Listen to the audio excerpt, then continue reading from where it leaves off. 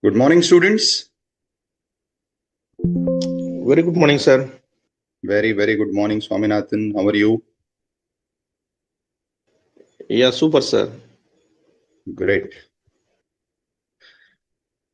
So, students, this chapter is very entertaining, I will say. Why entertaining? Because this is a chapter which covers so many domains, so many different things, and we have some very great examples that we always discuss in this chapter. So, just a quick brush up. We are dealing with chapter on exemptions. In exemption, we are going category wise. The first category was relating to services which are provided by charitable or religious trust. In that category, we studied 4 different entries, one major one and the other minor ones. And then we studied the second category, which was relating to agriculture. Again, there we studied around 5 entries, out of which one was the major. And the third category that we discussed was the education service, where we studied the main entry 66, which has 3 clauses A, AA, B. A, AA deals with the outward service, B deals with the inward service. Now we have this new entry 66A. We start from here and then we go to some more details of this particular entry. Who would like to read today? Students, who would be reading today? Geet, Sanjay, anybody from you would like to read?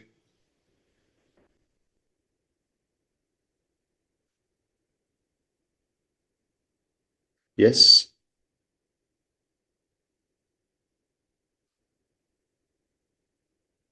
Okay, I think they are unavailable to unmute themselves. Swaminathan, will you read for me, beta? Yes, sir. Give me a second. Sure.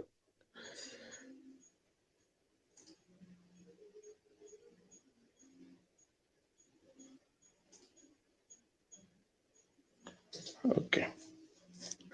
Yes, sir. Entry 66A.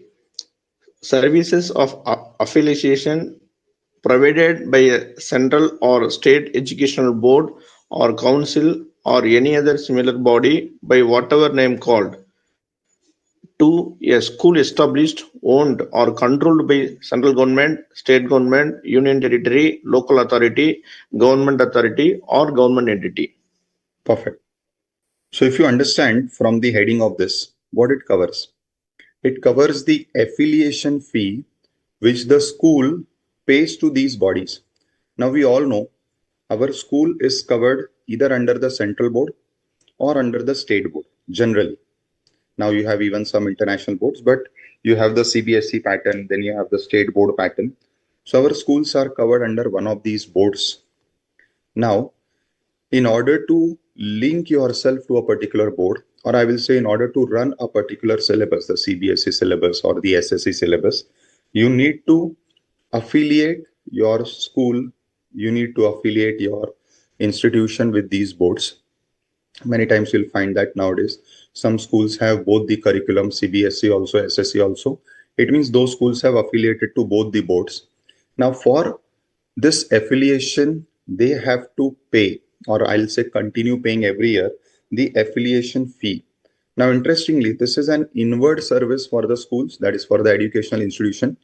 And if you read the previous entry, on the inward side, there were 5 different services which were exempt, but this service was not covered. Hence, after there was a lot of confusion, debate, dispute, ultimately they came up with this particular entry whereby the council recommended that the schools should get this exemption. So this 66A entry was introduced whereby the affiliation fee charged by these boards to the schools has been made exempt. Correct? Swaminathan, can you please? Okay, Swaminathan, Mr. Geet wants to read. So I'll just allow him the opportunity. So Geet, You may start reading from this part here. Thank you, sir. Education is fundamental to the nation building process. The term education is not defined in the CGST Act 2017, but as per Apex Court decision in Lok Section Trust versus CIT, education is process of training and developing knowledge, skill, and character of students by normal schooling. Taxing the education sector has always been a sensitive issue, as education is seen more as a social activity than a business one. The government has a constitutional obligation to provide free and compulsory elementary education to every child. Thus, to promote education, it would be beneficial if educational services are exempted from tax. Okay, fine. However, This is the basic logic reasoning of exempting this. Now we discuss all these outward entries relating to the education. Now in this relation, I would like to have some discussion on this part. Now we are exempting all the outward services of any type done by educational institution. An educational institution, if I'll remember, covers three parts. One, schools from pre-schooling up to 12th standard, that is HSC. Second, colleges, which will include junior college, senior college, all these MBA colleges. And third, the approved vocational courses. These three are covered in educational institution, and then any outward service given by them. It is not necessary that their outward service should be education only. So present exemption is a blanket exemption. Once you qualify to be an education institution, any of your outward service would be exempt. Now in this, approved vocational education is something different. So let us have some insights on this. Yes, Geet, please read. an approved vocational education course means a course run by an ITI, ITC, affiliated to the National Council for Vocational Education and Training NCVET or State Council for Vocational Training, offering courses in designated trades notified under the Apprentices Act 1961, or a modular employable skill course approved by NCVET run by a person registered in the Directorate General of Training, Ministry of Skill Development and Entrepreneurship. The modular employable skills is the minimum skill set which is sufficient for gainful employment or self-employment in the world of work. It provides employable skills to early school dropouts, existing workers seeking upgradation, workers seeking certifications of their skills acquired informally, etc., to improve their employability, and provides certification after completion of the course. Designated trade means any trade or occupation or any subject field in engineering or non-engineering or technology or any vocational course which the central government, after consultation with the Central Apprenticeship Council, may by notification in the official gazette specify as a designated trade for the purpose of Apprentices Act 1961. Perfect. So as you can see, so basically, what are these vocational training? If you see all this, it is basically the skill-based training courses which are run by ITI, ITC. Now, what is ITI, ITC? You will see ITI is the Industrial Training Institute, ITC is the Industrial Training Center. So these are the designated, you can say, bodies, like how we have our boards and universities. So these are the bodies whose purpose is to design courses around making people trained in different skill sets. Hence, these courses, even though not, uh, you can say literally education, because education is more about academics learning. Opposite to that is vocational training, where it is more of having a practical on-site training, on-site experience. But this is also equally important. In fact, our present government policies focus more on the skill development part. So hence this particular sector or this particular category is also covered in the education, and what they are doing is what is eligible for exemption. Now in this, an issue or the question comes, what if private IITs are also providing such type of vocational training, whether it would also be exempt? So what it is saying, services provided by private ITI only in respect of designated trade which are notified will be exempt. So now ITIs may be providing multiple service trainings or skill trainings.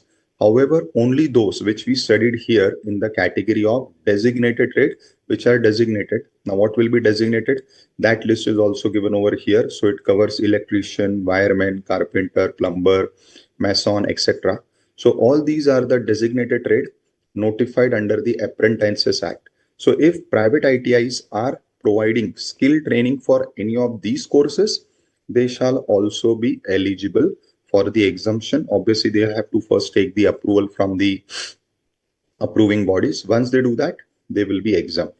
Then comes what about government IITIs, ITIs.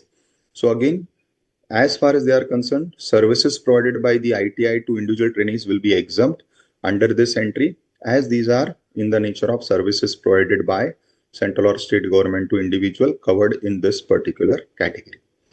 Now coming to an important part, that is unrecognized educational institutions.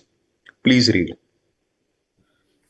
Private coaching centers or other unrecognized institutions through though self-styled as educational institutions would not be treated as educational institutions under GST and thus cannot avail exemptions available to an educational institution. So this is important, students, that private coaching centers will never be considered as educational institutions. See, what is an educational institutions? We may call these as coaching classes, tuition classes, but what they are doing never falls in education. See the difference. Right from the origin, when the concept of coaching classes started, coaching classes is a concept where a student who is weak requires some extra guidance, some extra working, and more specifically related to that student as to where the student is weak or he's not able to cope up or not understand. So it was more like a personalized training, and hence the name earlier we used to use was coaching classes, coaching centers. Now it has become you can say a trend and like a basic necessity that right from school we send our children to classes, coaching classes, because we believe that without coaching classes they will not be able to study. Though I personally differ from this particular view, coaching is required but only at higher levels and for technical subjects. For all primary level coaching, I think whatever schools are providing, that is sufficient, and we should, this is my personal view, we should allow our children to develop and groom themselves at least in their early childhood. If we too much what you say overload them with coaching, I personally have seen, because I have been training many people, that it restricts their personal development, because every child has their own approach, has their own speed, has their own style of understanding. The moment we put them into a coaching class format, and today as you would be seeing, coaching classes are very much running on a standardized structure. This actually hampers the individual mind development of the child. Then in future, the mind is so you can say dependent on external help that the child is never able to grasp anything in future. And you will realize and understand that when you reach to courses like ours or any other similar very high level course where your own understanding application of mind is very important, then coping up with these courses and more than passing exams later on when you are in the profession, you would be knowing that day in day out there are so many changes happening. We need to keep ourselves updated, abreast. At that time I have seen these students find a big challenge because their minds are so accustomed to being always taught, to being always trained, more importantly, to be always spoon fed.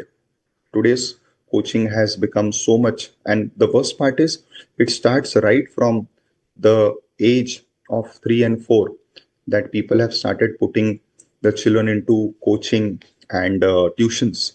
That I personally believe it is hampering their very important development of their minds. So I'm sure many of you are already having children. So my humble request, try to avoid putting your children to coaching classes at early age. ठीक है, they may score some less marks, they may not be the toppers in their respective schools classes, but nobody remembers. You also don't remember what is your personal achievements in school. Even I don't think you would be remembering anything up to standard 10 and 12. So even if your child has scored less when the child is in first, second, third, fourth, fifth, sixth, seventh, eighth standard, that will not matter. And I'm sure you all will also agree to this point that even if he understands some concepts less at that particular age, that is very okay, because every child's mind develops at a different pace and speed. So even if you put the child in coaching, maybe because of the repetition done by them over there, your child may secure marks in exam, but that does not necessarily mean the child has actually understood the concept.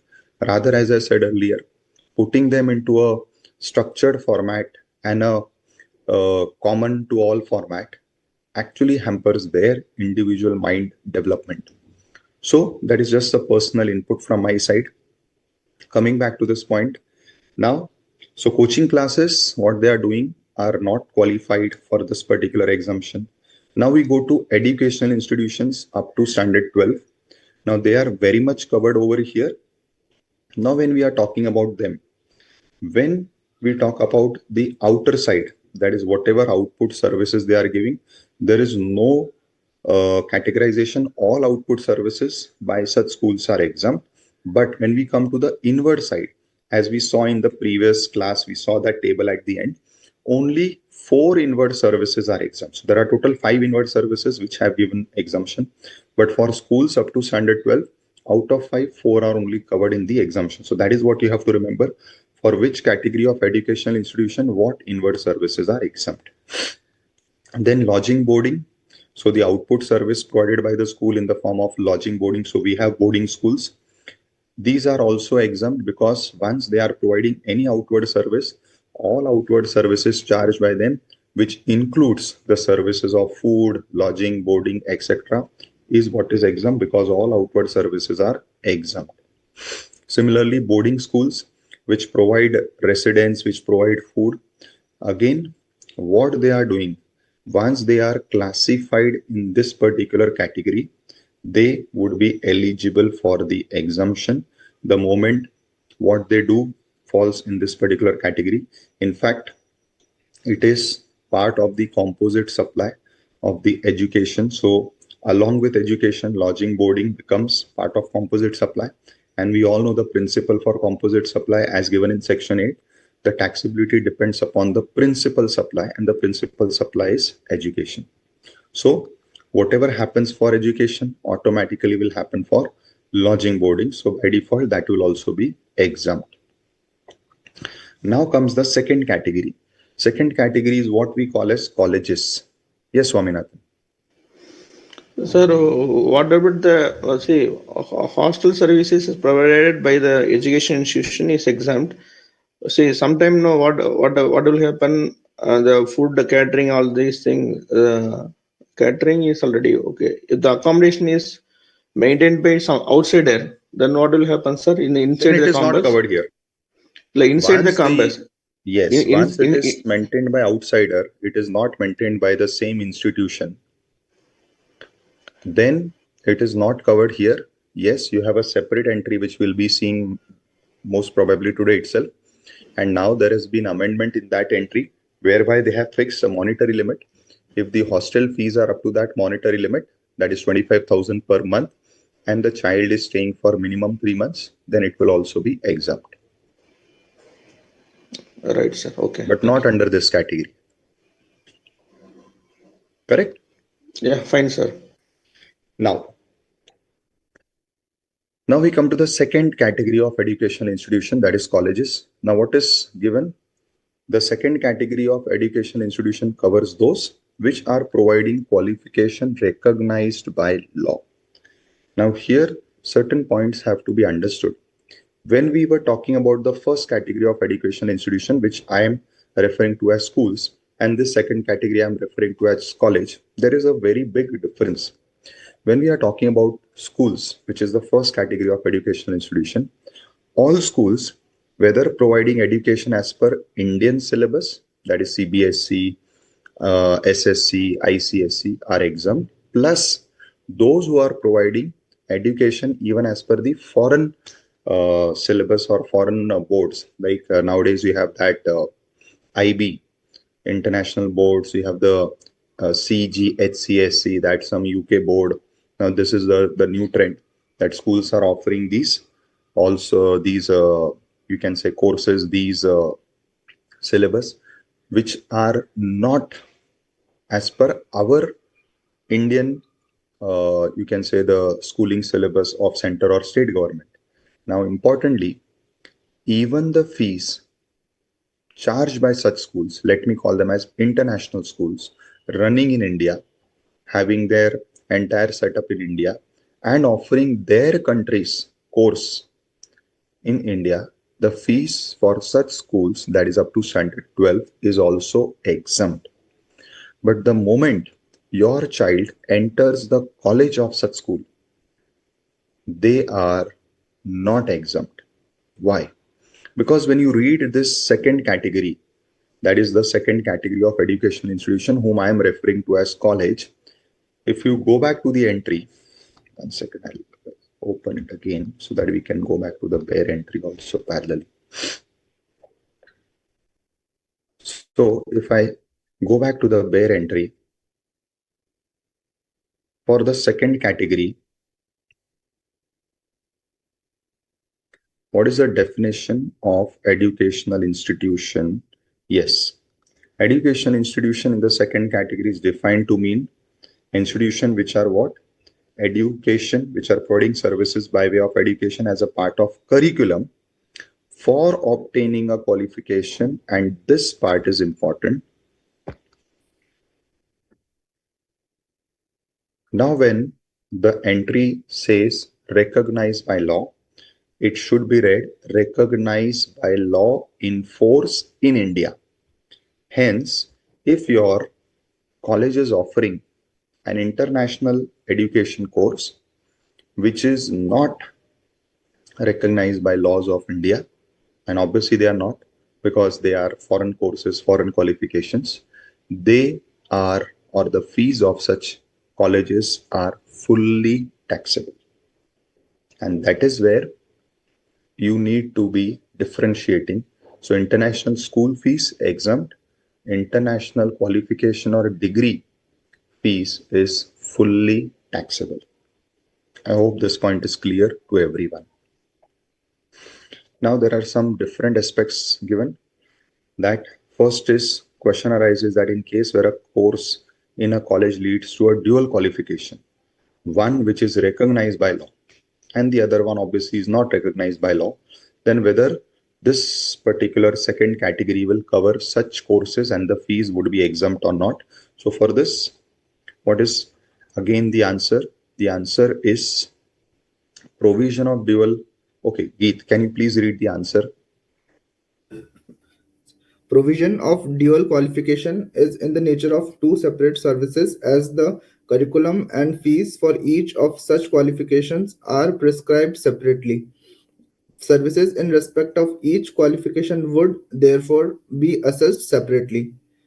If an artificial bundle of service is created by clubbing two courses together, when only single fee is charged for both, only one of which leads to a qualification recognized by law, then by application of the rule of determination of taxability of a supply which is not bundled in the original course of business, it shall be treated as a mixed supply as per provisions contained in section 2, clause 74, read with section 8.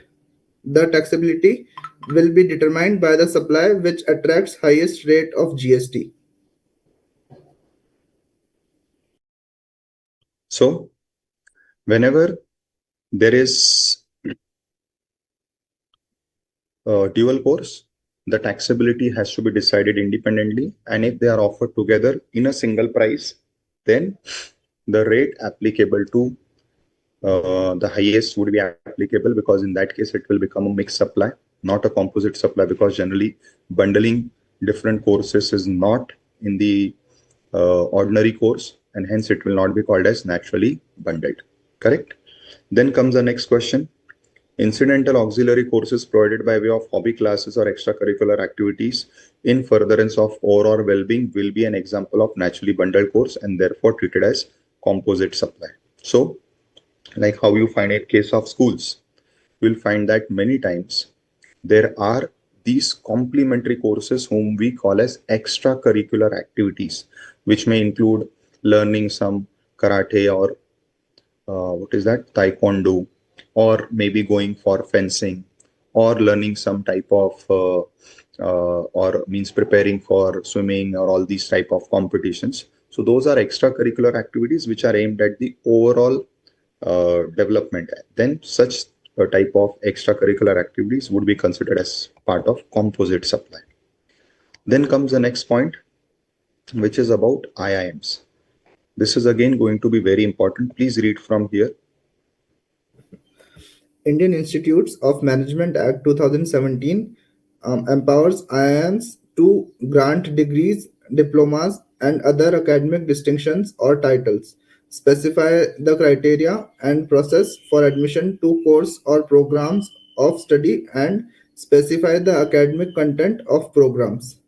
Resultantly, all the IIMs fall under the purview of educational institutions as they provide education as a part of a curriculum for obtaining a qualification recognized by law for the time being in force.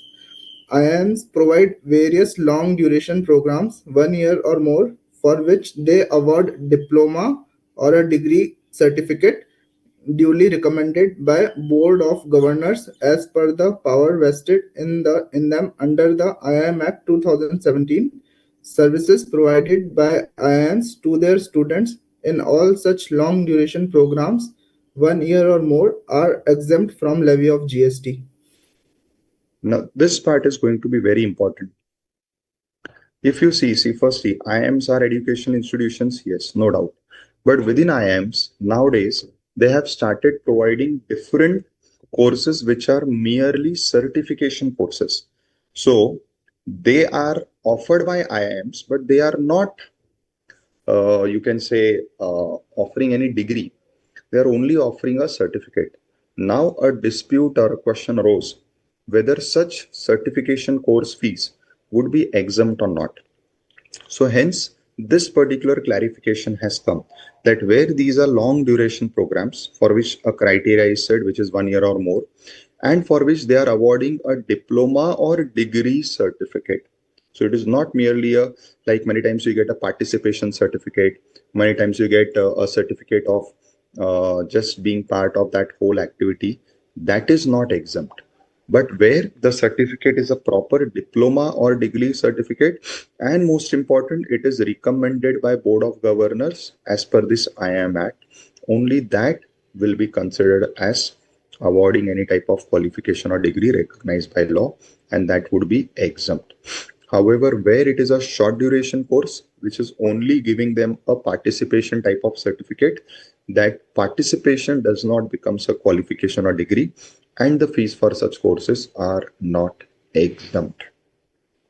So this is what you have to distinguish between the different types of courses offered by such premier institutes. Then comes conduct of exams. Now, for conduct of exams, we already saw there is a double A, which says that conduct of exams by educational institutions will now be covered in the exemption because of the double A clause introduced. Now coming to whether the boards themselves are educational institutes. Now this is interesting.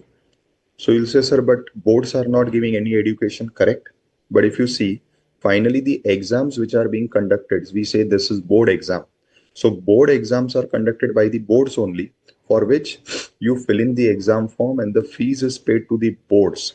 Now the question is whether the fees paid to these boards for appearing for standard 12 board or 12 board exams, whether the fees would be exempt. So for this point or this clarification is relevant. Please read.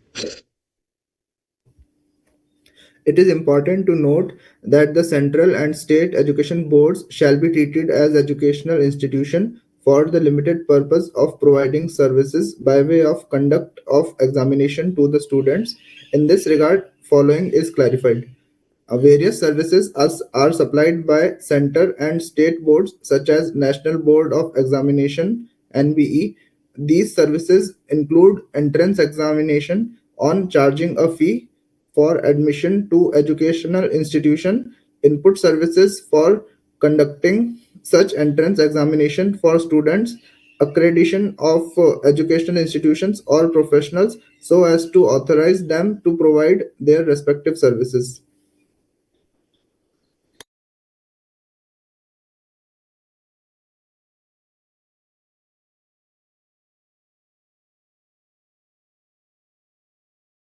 So directly read what is clarified. It is clarified that GST is exempt on services provided by central or state boards, including the boards such as NBE, by way of conduct of examinations for the students, including conduct of entrance examination for admission to educational institution under entry 66 AA. Therefore, GST shall not apply to any fee or any amount charged by such boards for conduct of such examination, including entrance examination. GST is also exempt on input services relating to admission to or conduct of examination such as online testing services, result publication, printing of notification for examination, admit card and question papers, etc. when provided to such board under entry 66B4. GST is applicable to other services provided by such boards, namely of providing accreditation to an institution or to a professional, accreditation fee or registration fee such as fee for FMGE, foreign medical graduate examination, screening test, so as to authorize them to provide their respective services. Now, the first two are considered as exempt. The first one is the fees which is charged by the boards for conduct of exams or for entrance. That is what is they are covering in 66 AA. And the second, GST is also exempt on the inward services relating to admission, conduct of exams, because there is a specific entry for this. Now the point is, this point 3, they are saying GST is applicable, it is not exempt. What is this point 3 covering? It covers services provided by such board. What type of services? Accreditation to an institution or to a professional, accreditation fees or registration fees such as fees for this, so as to authorize them to provide their respective services. Now what is this? I'll give you example. So nowadays you find, especially we got to know after the Ukraine war started, that there are many students who were stuck in Ukraine because they had gone there for pursuing the medical degree. You will find that many such small countries where there is not much of any resources, natural resources, or in type of good big manufacturing setup. So they are either tourism countries like you have Singapore, Malaysia, or these have become education hubs. So many of these smaller countries, Azerbaijan, Ukraine, Cambodia. Cambodia is solo anyways, it is a tax haven. But similar smaller countries then started offering many of these educational courses. And since they were comparatively cheaper, and even if not cheaper, let us say they were at par or there were even costlier. But if you are not getting admission in India because you could not clear the IIT or NEET, sorry, not IIT, the what that engineering exam. One is IIT. What is the IIT entrance exam I called? NEET is for medical, and there is one for engineering. I'm missing out. So JE, yeah, JE JEE, sorry, advanced. JEE and JEE advanced, right?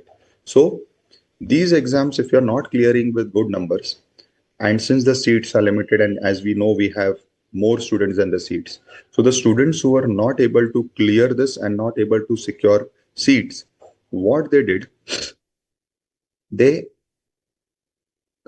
went out to these foreign universities took up the medical course over there. Now, we have, or rather every country has a policy that, okay, you may have got that qualification, but it is not recognized by India. Why? Because it is not as per Indian syllabus or not designed by our bodies or our boards. So if these people want to come and practice in India as doctors or similar professionals, we have our own accreditation courses or our own examination. And these have to give one examination, clear that. Once you clear that, you will be allowed to practice or you will be given the certificate of practice. So the fees charged for such type of screening test or examination is not exempt. This is what is an important clarification to be kept in mind. Then comes the food service. This we already saw. The outward service by the educational institution to their students, staff, etc. is fully exempt because it is covered in the outward, which is exempt. And even on the inward side, the facility availed by schools is only exempt, not by college or vocational. So on the inward side, it is only for the school that such inward catering service is kept exempt. Yes. Yes, And Swaminathan, you have raised your Sir, in this case, the accreditation fees to institution or to the professional to authorize them to provide their respective service, which means the student who are studying in abroad, for example, say example, in this case of civil medical. or medical, whatever the name, once they are eligible come to India, to themselves to registered under the Indian things, there will be some screening test. For that, the accreditation is given by the Indian Council to them. How that accreditation fees is involved here, sir? That I'm a very well understand of the screening test. The student once qualify there in the foreign country, they will come to India. They will do the screening test in India. For that, the GST is not exempted. They have to pay the Correct. GST charges. Correct. But what about accreditation? What is that? So see, who will conduct this exam? That accreditation is given by these boards. So let us say they will nominate some exam centers by giving them the accreditation that you conduct these exams. Oh, So those accreditation is what is taxable, the accreditation fees. Secondly, the exam fees charged by them is also exempt. This is what is the clarification. okay. To facilitate such a screening test, the board will give some authorization to somebody else to conduct that. Correct. Correct. Okay, okay, got it, sir. Thank you. Now the supply of food in Anganwadis, again, that will be covered in this. On the inward side also it is exempt, and on outward side also it is exempt. Then entrance fees for conduct of entrance exam, this we saw. Now there is a new entry AA to cover this, and it will be now eligible for exemption because of this new entry. Now this part in this is important. So first we'll read both these parts. So Geet, start reading from here. The exemption is wide enough to cover the amount or fee charged for admission and by entrance, or amount charged for application fee for entrance, or the fee charged from prospective students for issuance of eligibility certificate to them in the process of their entrance admission to the educational institution. Services supplied by an educational institution by way of issuance of migration certificate to the leaving or ex-students are also covered by the exemption. Accordingly, such activities of educational institutions are also exempt. Perfect. So what is clarified, that not only the fees for education, then later on fees for exams. Besides that, even after the student has left the college, which we call them as ex-students, we find that you have the fees for migration certificate, you have the fees for if you want some extra copy of some of your past data. So all these things are also exempt. You can say it is exempt on the lines of the concept of composite supply. So that is where they have been made exempt. Next, fees charged from prospective employers. Now this is interesting. All these big colleges, IIMs, IITs, what they do, they have campus in which these big companies comes They take interview of the students of IIT, IIMs, and they select the candidates. Now, for coming to the college premises, the college charge them a hefty fees. So they will be charging. So whoever wants to come to these colleges for carrying out their recruitment or selection process, for them, these IIT, IIMs, they charge hefty fees. So on the basis of the fees only, they are allowed to come and take these type of you can say entrances or what you can say interviews. So for this, the fees charge, the question is whether it would be exempt or taxable. So it has been clarified here that these fees which are charged are fully taxable. There is no exemption because these fees are not charged to students. They are charged to companies, they are charged to bodies, organizations, and hence these are fully taxable. Then comes the next part, which is maritime courses, that is courses provided by shipping companies or courses provided by these air training schools. So what would be the tax treatment? Yes, Swaminathan. Sir, what about the college campus interview and they are picking some employee, the students from there? What about is the service provided by that such is exempted in college? Sorry, college what? College what? The same like what IIT and IIM, they are doing that institution, that campus interview. Hmm. The same services provided by college. Okay. So Say, see, any college, when they hire, means they allow these companies to come to their college for conducting interviews. They charge some fees to the companies. So that fees is what is taxable. I think I've got your question correct, or you want to ask something else?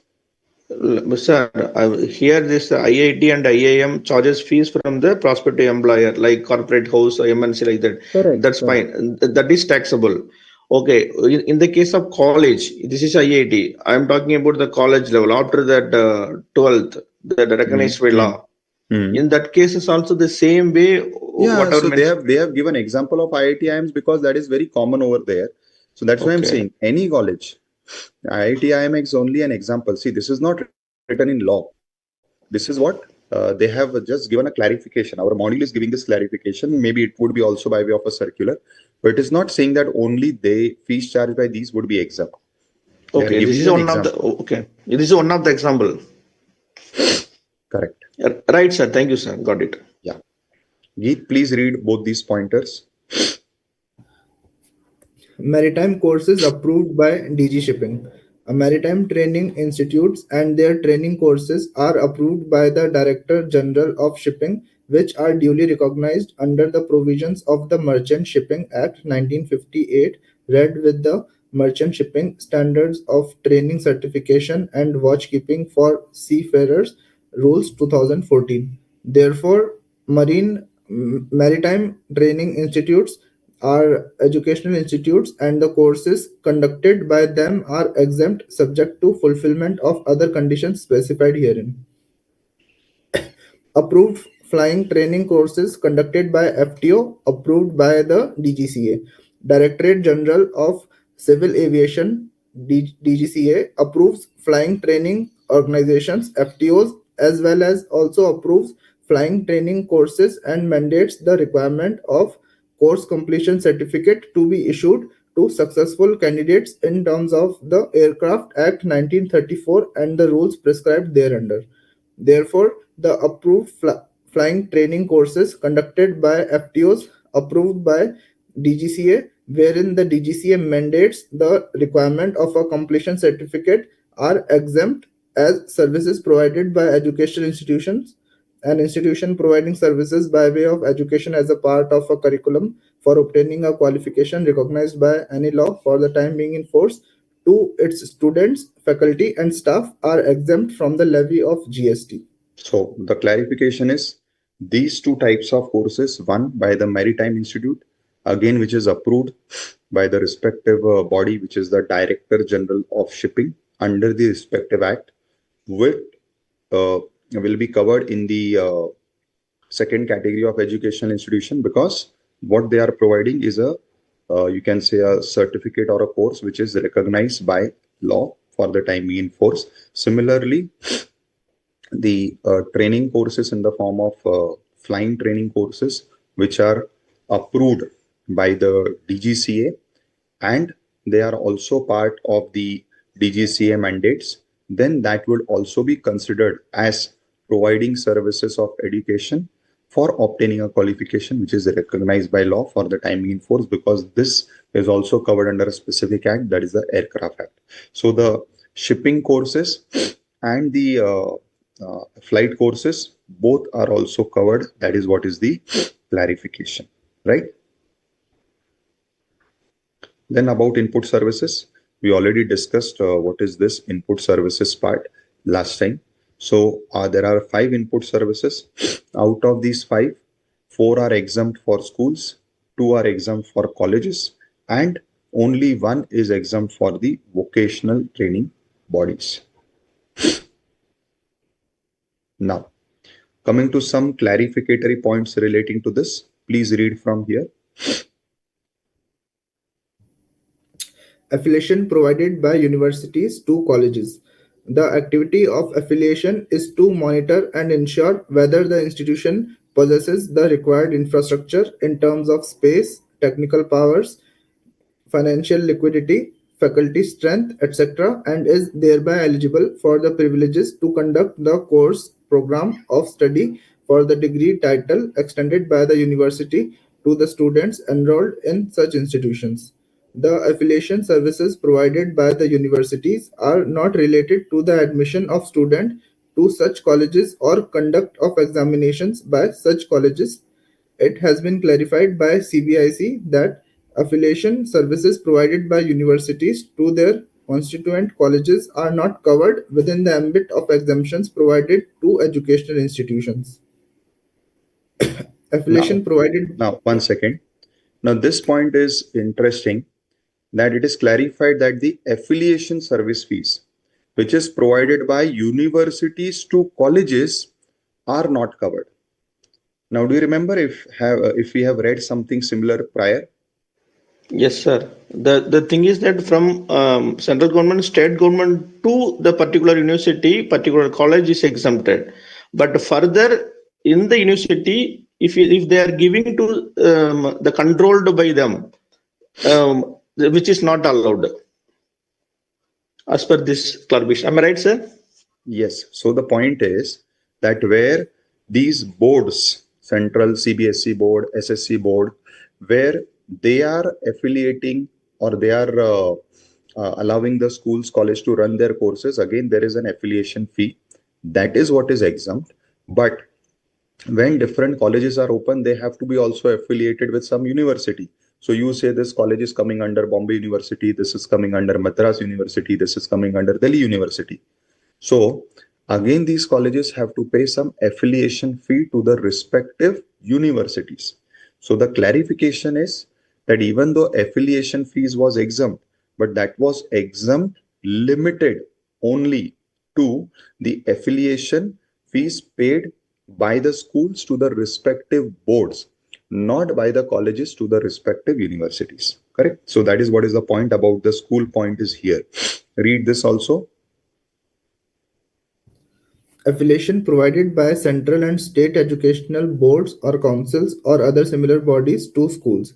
The activity of affiliation carried out by educational boards or councils or other similar bodies is to monitor and ensure whether the schools possess the required infrastructure, finances, faculty strength, etc., and are thereby eligible for the privileges to operate um, okay, under the aegis of said boards or councils. The affiliation services are not related to the admission of students to such schools or the conduct of examinations by such schools. It has been clarified by CBIC that such services of affiliation provided to schools by central or state educational boards or councils or other similar bodies by whatever name called are taxable. Now, After this circular only, we have that new entry which is 66A, which is now exempting this particular service. So there are circular 1 clarifying the affiliation fees charged by university, circular 2 clarifying the affiliation fees charged by the boards to the school. Both are taxable because if you read the original entry 66, neither of the two are covered. Hence, because of this circular, you have this new entry 66A. Please read. However, However, it may be noted that the affiliation services provided by central and state educational boards or councils or other similar bodies to governmental schools, that is, schools established, owned, or controlled by the central government, state government, union territory, local authority, governmental authority, or government entity are exempt. Wide entry 66A. so because of this circular, firstly, everything is taxable because correct, they are not covered in entry 66. Now, they have introduced a new entry 66A to exempt out of this only one particular case, that is the affiliation services or the affiliation fee which is charged by the central boards, state boards, to whom they are charged to government schools only. So when they are providing these type of affiliation services to government schools, that is the schools which are either established or which are controlled and run by government, that is what is going to enjoy the exemption. For all other private schools, it will be taxable, and in universities, charging to colleges is anyways taxable. Correct? So now we go on to the fourth category, that is healthcare. Just give So, me a sir, minute. sir, Yeah, here I need a clarity. please. Here, that whatever the private schools, that CBSE or state board, the affiliation received from the central or state government, which is not exempted, Correct. but colleges, universities are directly getting from the central government, state government, or exempted affiliation. No, no, That no. one. See, colleges are fully taxable. There is no, see, Uh, 66A is only covering schools that also government schools. okay, then okay, sir. Okay, if the directly That government is as per schools. the first circular. No, that is as per this first circular. Okay, sir. Then which is exempted? Only that government running Yes. schools are exempted. Schools, correct. And what about the universities? Fully taxable. See, universities directly getting license affiliation from the central government, state government. From the university to its affiliated colleges are not exempted. Correct. Correct. But So universities directly, giving affiliation to colleges is not exempt. Now you are saying okay. what university is getting from the government, correct? Yes, sir. That is covered in a separate category of services, that is services provided by government. It is not anyways covered in 66 or 66A.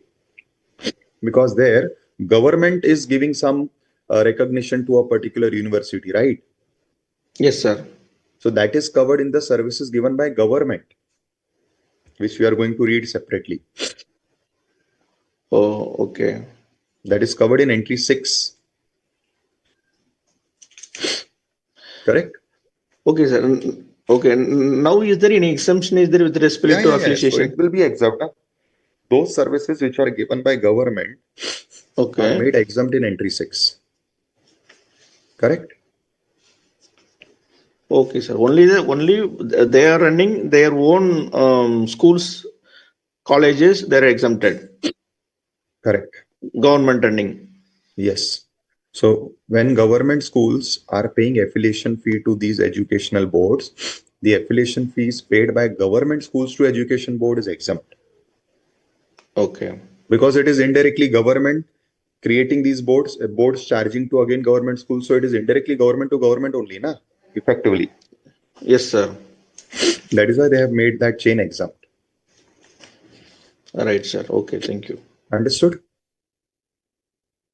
Just give Yes, me sir. 2 minutes. I'll get the charger for my laptop.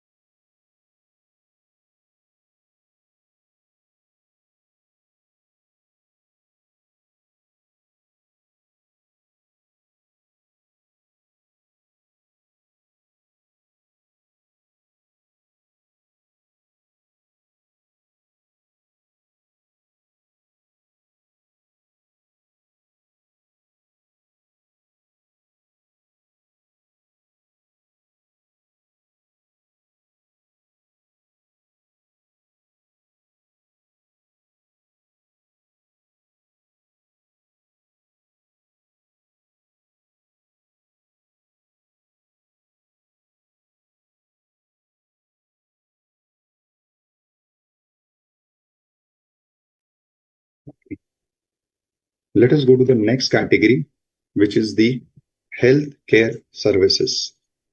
Now, in healthcare, again, there are certain points which are very important to be understood, to be discussed, because healthcare is a very important entry. It has also undergone an important amendment. The main entry for healthcare that we will be discussing is 74, but before that, we'll cover the smaller entries. So 46 covers the healthcare service by the veterinary clinics. So veterinary clinics are clinics for animals and birds. So the services provided by them for treatment of animals, birds, which includes their consultancy services and even the operating services, that is exempt. Then this B part is also simple. Services by way of transportation of a patient in an ambulance. So services provided in an ambulance. Now, importantly, this has nothing to do with hospitals only, because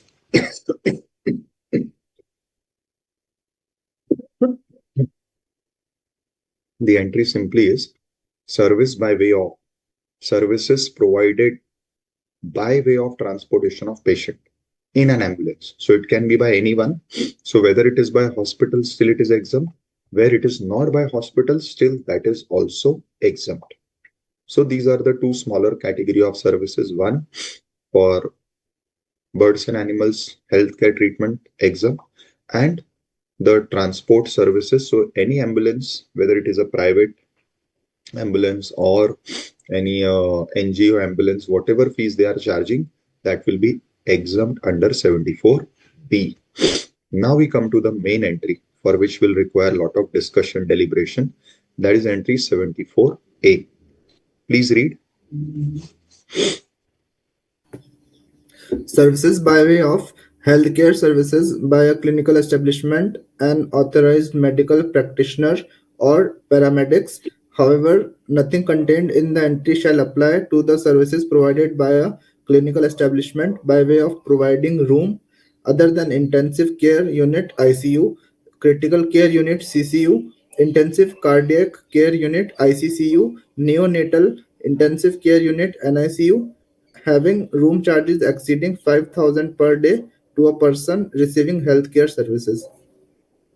Okay. Now, what is important in this is just compare it with the education entry. Now, the education entry was not service specific but was supplier specific, because it simply said any services which are provided by education institution will be exempt. So over there, the only requirement was that the supplier should fit into the definition of education institution. Your service, any service would be exempt. However, when you read the healthcare entry, there are two important requirements. One is the provider. The provider should fall in one of these three categories. Either it should be a clinical establishment. So for simplicity, you can say hospital. Clinical establishment means hospital. Or it should be an authorized medical practitioner. So it is the doctors. So whenever you go to a doctor and you pay the consultancy fee, that is what is covered. Or three, it is the paramedics.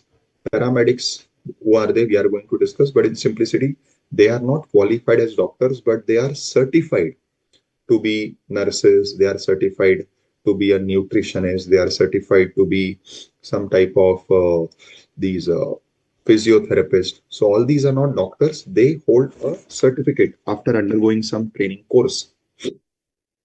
So they are what are paramedics. Now this is the amendment. Now this amendment basically aims at taxing the room charges.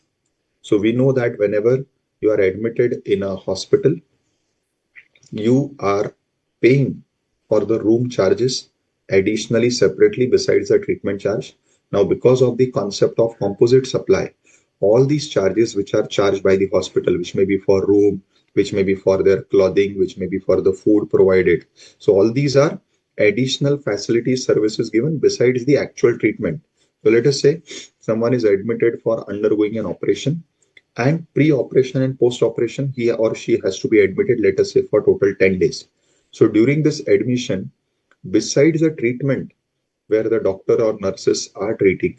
The other charges are all facility charges for staying there, for using their different resources. And we all know that there are multiple hospitals in all major cities, including Mumbai, Hyderabad, Bangalore, all these, where you will find that the room charges or the rooms rather are like hotel rooms. They are deluxe, super deluxe hotel rooms, even hotel suite rooms, where the per day charges is between 25,000 to even 1 lakh, where all these big shot people, either businessmen or politicians or celebrities or their family members, are admitted. So the government felt, why not to tax them? Hence, this amendment was brought in, which said that where the service which is provided by these hospitals is of providing the room, and they have excluded these four types of rooms: ICU, ICCU, CCU, etc. So, except these critical care rooms, the other rooms where the per day room charge is exceeding rupees 5,000, that will now be made taxable. So, per day room charge exceeding 5,000, even given to a person receiving healthcare. So technically, till now, it was treated as part of composite supply. However, now onwards, if it is exceeding 5,000, so even though it is composite supply, now this is interesting, even though it is a composite supply, it has been carved out and separately made taxable. So this is what is the important or interesting part to be noted. Now here, we have to understand two important things. One, what is this service which is exempt? Because now here the service is also important, not like education that any service is exempt. Here specifically only the healthcare service is exempt. And yes, other services which will be composite part of healthcare will by default become exempt. And the second definition is of all the service providers, that is clinical establishment, etc. So let us go to these definitions one by one. So let us first start the definition of healthcare. Please read the definition. Healthcare services means any service by way of diagnosis or treatment or care for illness, injury, deformity, abnormality, or pregnancy in any recognized system of medicines in India, and includes services by way of transportation of the patient to and from a clinical establishment, but does not include hair transplant or cosmetic or plastic surgery, except when undertaken to restore or to reconduct anatomy Reconstruct, or reconstruct. reconstruct anatomy or functions of body affected due to congenital defects, developmental abnormalities, injury, or trauma. Okay. Now, again, in this definition, you'll find transportation of patient, but here the transportation of patient service is to and from a clinical establishment. So here, this transportation is where the hospitals are providing the transportation. That is what is exempt. But anyways, we have a generic entry in the form of 74B, which says that transportation of patients is exempt. So whether it is provided by hospital or by private or NGOs, all are exempt. So this second part is not very important for us. What is important is first part and the third part. Now, what is healthcare? So there are three things which are covered in healthcare. So any of these three things, that's very important because there is or in between. So even if you go for diagnosis, like many times we undergo different tests, these tests come under diagnosis. So they are exempt. If only you are undertaking test, hence all the report charges, you'll find there is no GST on any type of reports. Second is when you are actually taking the treatment. So you are admitted, you are undergoing some type of operation, some type of surgery, some type of medical treatment, which may be putting off stent in the heart, etc. It can be anything, or putting pacemaker, or nowadays you have so many types of replacement surgeries, the knee replacement, hip replacement, all these are covered in treatment. And there interestingly comes the third part, which is care. Now, this part is what is important and interesting to be understood because care is very generic. Now, if you remember, in our first entry also, when we were dealing with the charitable activities definition, Over there also there was care. And over there, it was care not only related to medical, it was even care of people in general, like people who are suffering from mental retardedness, etc. So, if you're taking care of people who are suffering from mental retardedness or who are aged, that is not part of healthcare because they are not suffering from any type of these problems, what is given further. But it is general that if a person is mentally retarded, somebody has to take care of such people, right? You cannot leave them, keep them alone in the house. So that is where the previous entry in our first category of services of charitable was covered. So be clear, we are having different entries. So care is covered over here, but here when you see care, it is followed by the reasons. So when this diagnosis or treatment or care will be exempt, so then you are having 5 different categories of reasons. When this diagnosis or treatment or care is for illness or for some injury or for deformity or for abnormality or even pregnancy. So where it is for any of these 5 causes that diagnosis is done or treatment is done or care is taken. More importantly, further, it should be in any recognized systems of medicines. So it is not that any type of treatment will be covered. It is not that general care will be covered. The care or the treatment or the diagnosis should be part of the recognized systems of medicines. Now, what are the recognized systems of medicines? In short, we call it as Ayush. Ayush. Ayush, which is also part of the government's Ayushman Yojana. From there, this recognized systems of medicine have come, and in that N is silent. So in the spelling of Ayush, you don't find N, so that you can add. But just for abbreviation, what you can remember is recognized system of medicines covers Ayush. So first A is allopathy, second A is Ayurveda, Y is yoga, U is Unani, S is Siddha, and H is homeopathy. So this is Ayush, and then you can add naturopathy. So these 7, you can say, fields, 7 different systems of medicine which are today accepted. Now see, besides this, there are multiple different treatment systems. Like you have even the Chinese method, you have the sound therapy, you have the color therapy. So there are different systems. Today I was hearing somebody was telling me there is a water therapy. So these are all covered. These are all systems of medicines. Now they will be covered over here only, or they will be eligible for exemption only if they fall in one of this. Like maybe water therapy can be considered as part of naturopathy. We'll have to see the details of what is covered in naturopathy. But all these things like sound therapy or color therapy, they are not Food covered therapy, here. food therapy. Food therapy, yes, nowadays you have different these intermittent fasting and all those things. So Polio until also is unless, there. Polio sorry. therapy, that eating one particular fat items like that. Some diet is there. So there are different variations in that. Nowadays, you have so many types of diets also, right?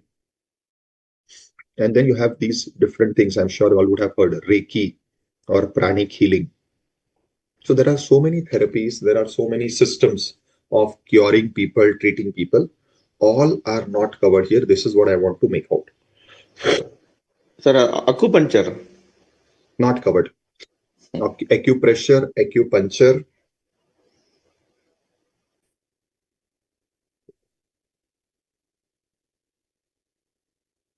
not covered here.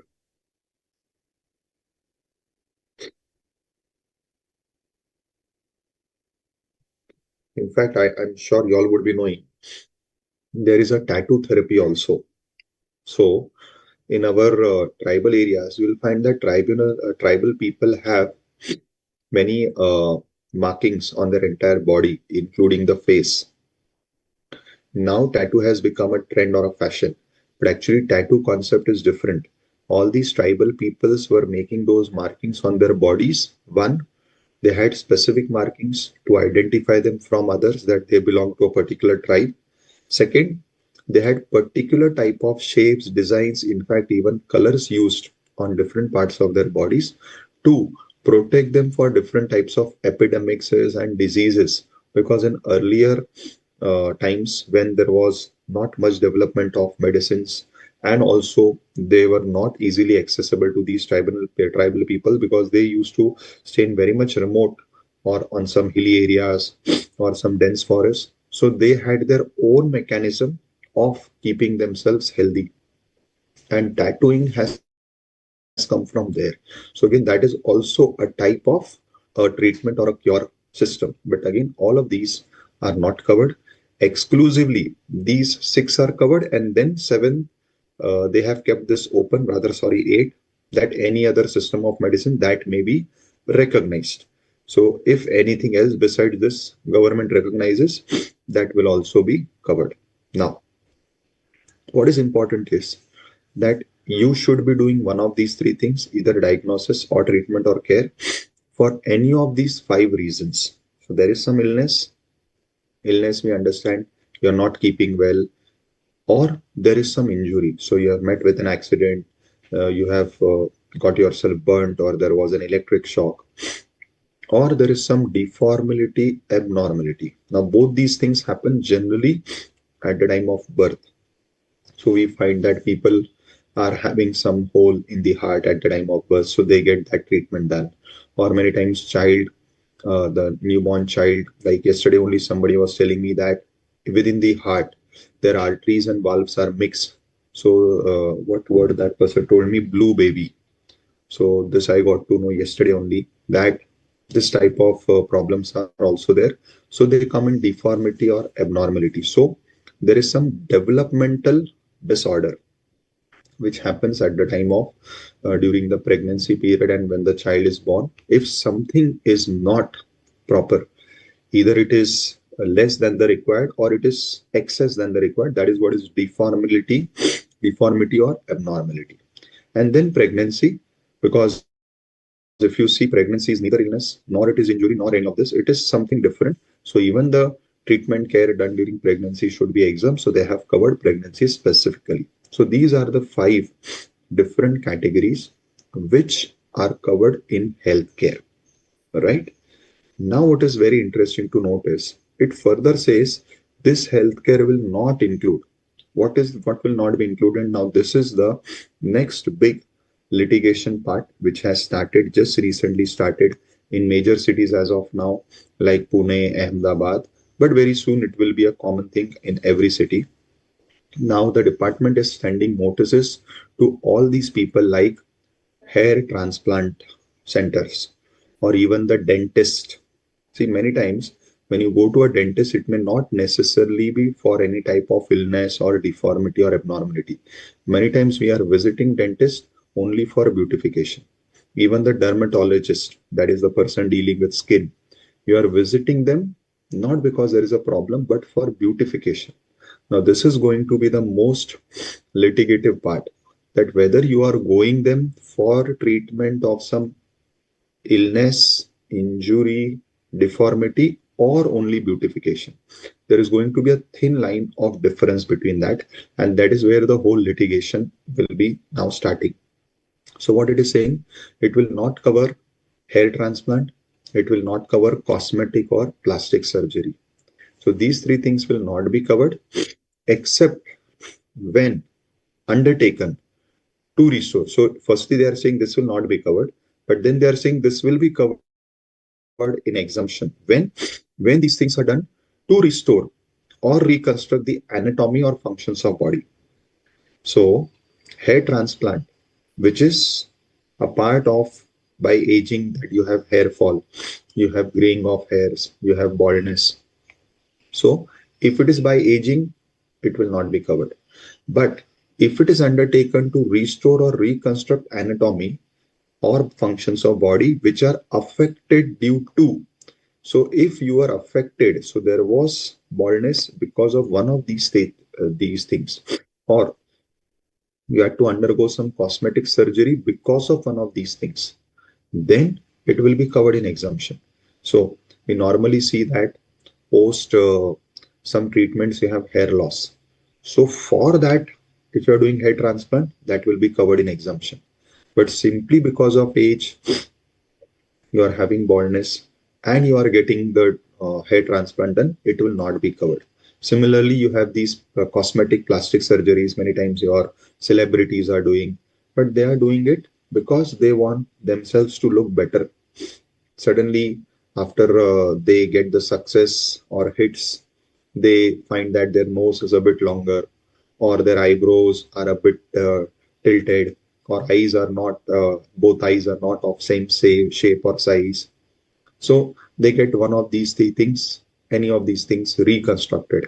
They get their facial upliftment, something. There are so many nowadays treatments, part of cosmetic and plastic surgeries, all are taxable until and unless it is proven that there is any type of congenital defects or developmental abnormalities, or because of some injury, like there was fire and you got burnt, so you are doing the plastic surgery, understood. Or there was an accident in which there was some problem of hair, or the skin got torn off, and hence you are doing hair transplant or plastic cosmetic surgery, understood. Otherwise, not. Yes, Swaminathan. Yes, sir. I'm also thinking in the line of accident, when the person is met on accident, that hair is lost, or either some parts or need the plastic surgery. In those cases, it's Exempt exempted. because it Okay. is covered in injury, na? Injury. Okay. Accidents are covered in injury. Right, sir. Now, what is interesting is going to be this trauma. Today, if you find, for majority of your health problems, the common reasons which the doctors are giving is stress. Now, stress has become the common cause of majority of your health issues. Now, trauma is something different. Trauma is something like a sudden shock. But very soon, I'm sure people will start, or doctors will start classifying a long duration stressful part as trauma. And if that is done, I don't know whether it can be classified as trauma. But yes, one thing is for sure, nowadays, many of your health problems is because of the present lifestyle, the over stress that people take of career, of so many things. Now, these things are technically not covered in this particular relaxation that is given. So if because of this, any of health problems, any of these hair transplant or cosmetic or plastic surgery is done, that will not be covered. Obviously, when you are getting yourself treated, so let us say because of your bad food or habits, you have developed any type of problem for which you require some operation or something, obviously that will be covered, because that will be part of illness, because it is creating illness, it is creating some problem in your body, so that will definitely be covered. But if you are getting hair transplant done, saying that because of over stress and because of this I've lost hair at a very early age and hence I'm getting hair transplant, that will not be covered. So this hair transplant part is going to be a very thin line of difference, where we need to identify exactly as to when this hair transplant or this cosmetic plastic surgery is exempt and when it will be taxable. Correct? Then we have these three definitions of the service providers. Now, in short, clinical establishments are hospitals, medical practitioners are doctors, and third, paramedics. Will see all the three definitions. Yes, Geet, please read.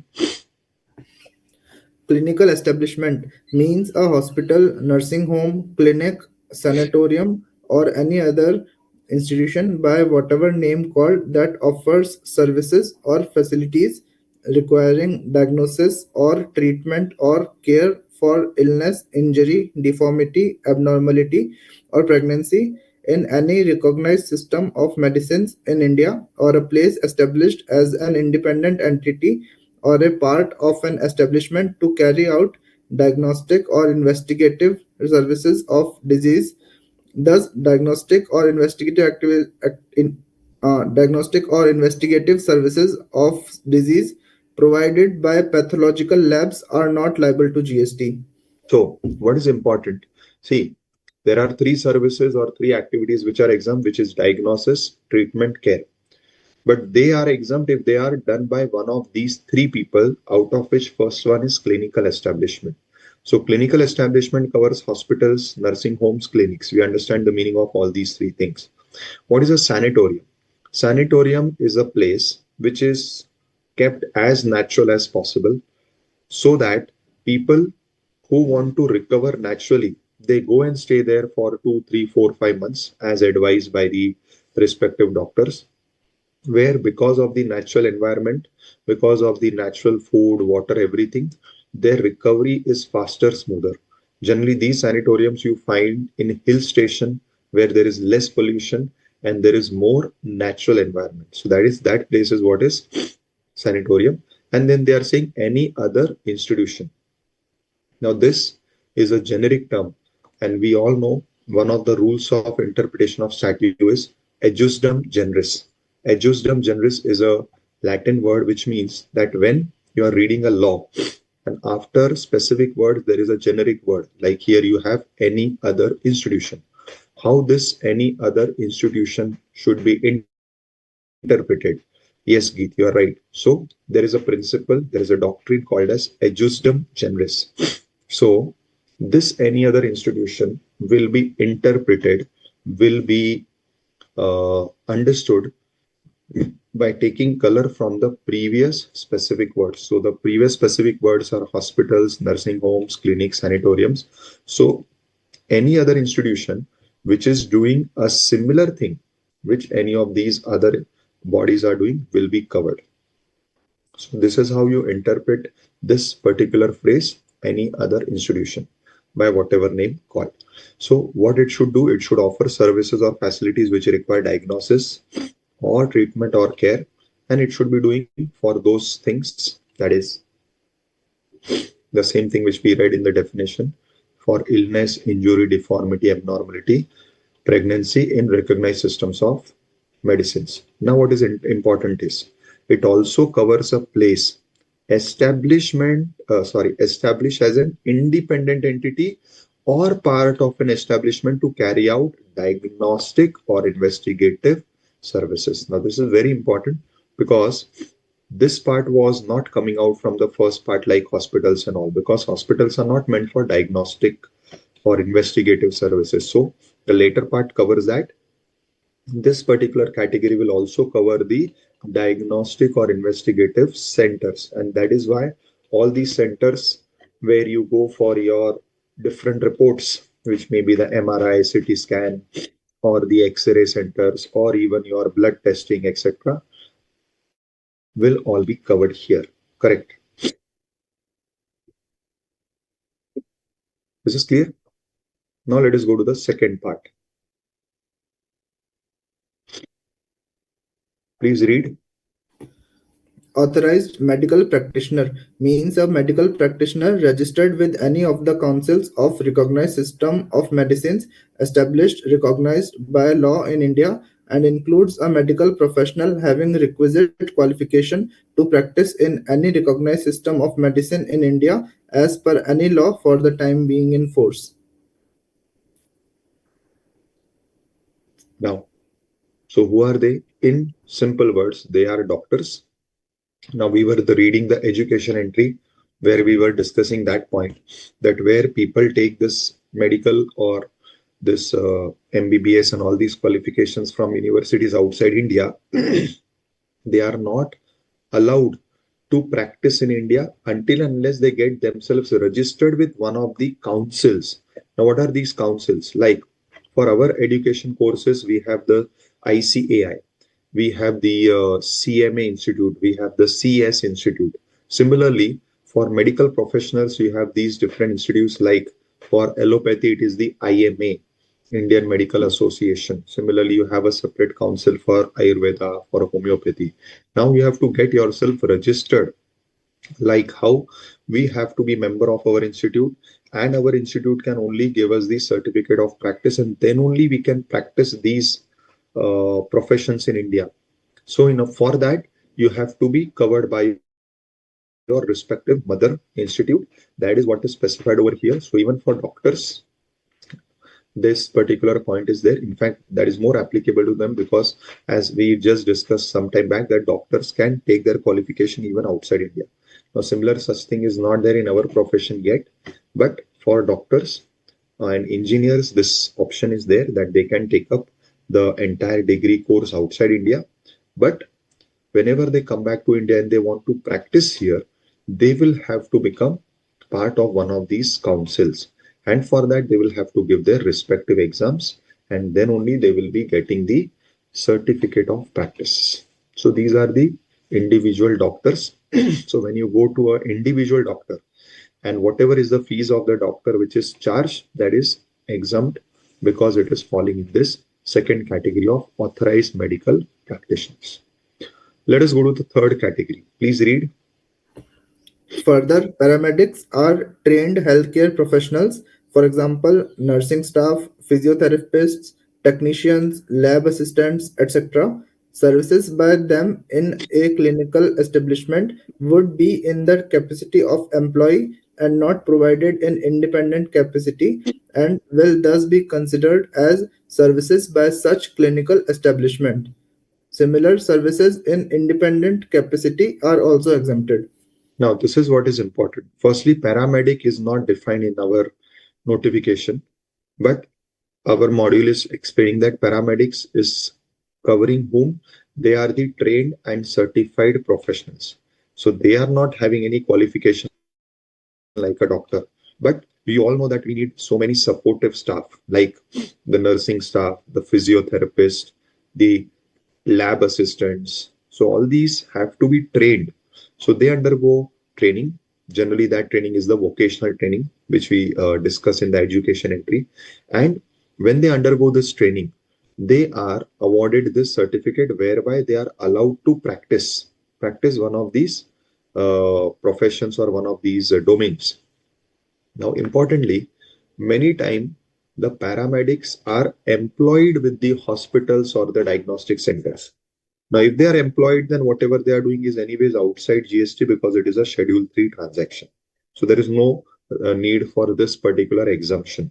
However, where these paramedics are in their independent capacity, like you have these physiotherapists. Nowadays, you have physiotherapy coming up as a very booming profession. Similarly, nowadays you have all these dietitians and what that terminology I came across. Something like a person like how people manage your investments. So these people are managing your health.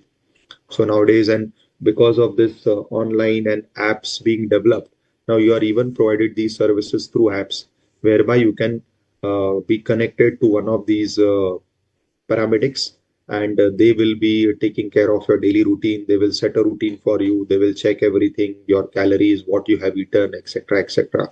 So you have so many now different variations coming out in this paramedics field. So where they are acting in their independent capacity, that is where they come in this particular category, and their fees, their charges are also exempt.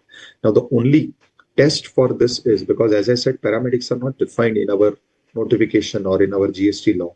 So many times, who will be a paramedic, that has to be checked, that has to be tested. Only those people who are having this particular certificate, they only will be considered in paramedics, right? Just a minute, please.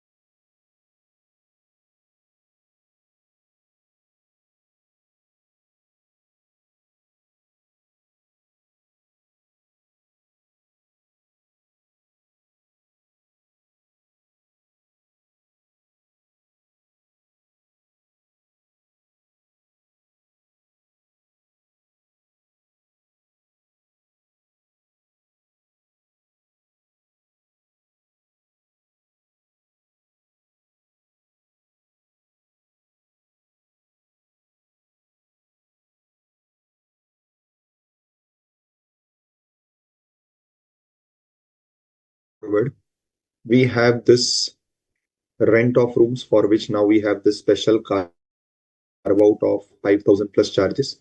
So if the charges are more than 5,000, then it has now been made taxable, except for those special types of rooms.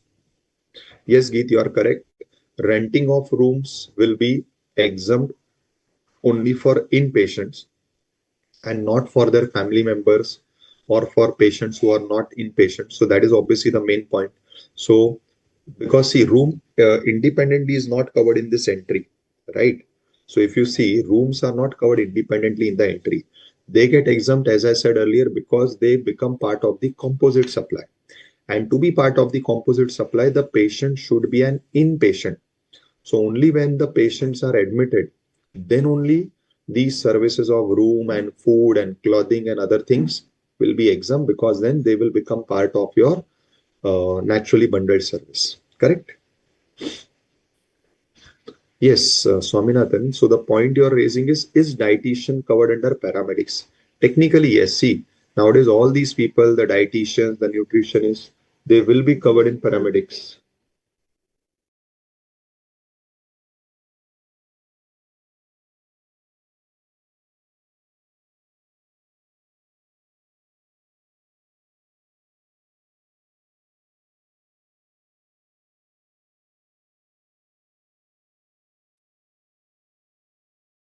Now, moving ahead, the second part is about this. You have many times doctors who are on panel of different hospitals. Now, this was an interesting part. One, if the doctor is hired by the hospital, there is no challenge at all. Anyways, it is Schedule 3 transaction, it is service given by employee to employer, so it would be exempt. But many times when these doctors are on the panel, so what happens whenever a patient comes, a critical patient comes requiring some very, what you can say, a very specific type of treatment or treatment requiring a very highly specialized person, then these hospitals, they call these empaneled doctors who are otherwise maybe having their own hospitals, or like in bigger cities, you will find that most of these, we call them as experts, or we call them as the specialist of that particular thing. They are empaneled with multiple hospitals. So it means they are not having any employer-employee contract. They are like a professional contract, like how we CAs are hired by various businesses. These doctors are hired or they are on the panel. Now, interestingly, when a patient is admitted, the patient is paying charges to the hospital, and actually, who is getting treated is the patient. Let us say the hospital bill for a particular patient's entire treatment is 50 lakhs. Now, when the hospital is charging this 50 lakhs, it covers everything: room charges, the charges for the nursing, the charges for medicine, the charges for OT, that is operation theater. So, treating is different and operation theater charges are different. So, if you'll see a typical hospital bill, it covers so many charges. Plus, it also has the doctor's fees. Now, when all this thing is added to make up the 50 lakh bill, that entire 50 lakhs is exempt because it becomes part of composite supply where main supply is the treatment, so it is exempt. So there is no doubt that entire 50 lakhs bills charged by the hospital to the patient is coming in this particular category. But there was a question, or I'll say there was a confusion, that when out of this 50 lakhs, the hospital will pay, let us say, 10 lakhs to the doctor for his consultancy and his treatment charges, for his specialty charges. When the doctor is paid by the hospital, is the doctor giving treatment or healthcare service to hospital? That was the question. So I hope you're understanding what I'm trying to make out. So when hospital is charging to patient, no doubt it is a healthcare service, it is a treatment of patient service. But when the hospital is paying back to the doctor, that is where the contract or the agreement is between doctors and the hospitals, whether it would also fall in exemption. There was a confusion. So you have this circular which clarified that services provided by such empaneled doctors, etc., whether as employee or not. See, if they are employed, there is no question. But even if they are not employed, will be covered in the healthcare service category only, and it will be exempt. Correct? Amount charged by hospital from patients, we have been discussing. This is always going to be exempt because whatever amount the hospitals are charging from their inpatients, that will always be part of the composite supply and it will be considered as exempt. All things food supplied, everything will be exempt.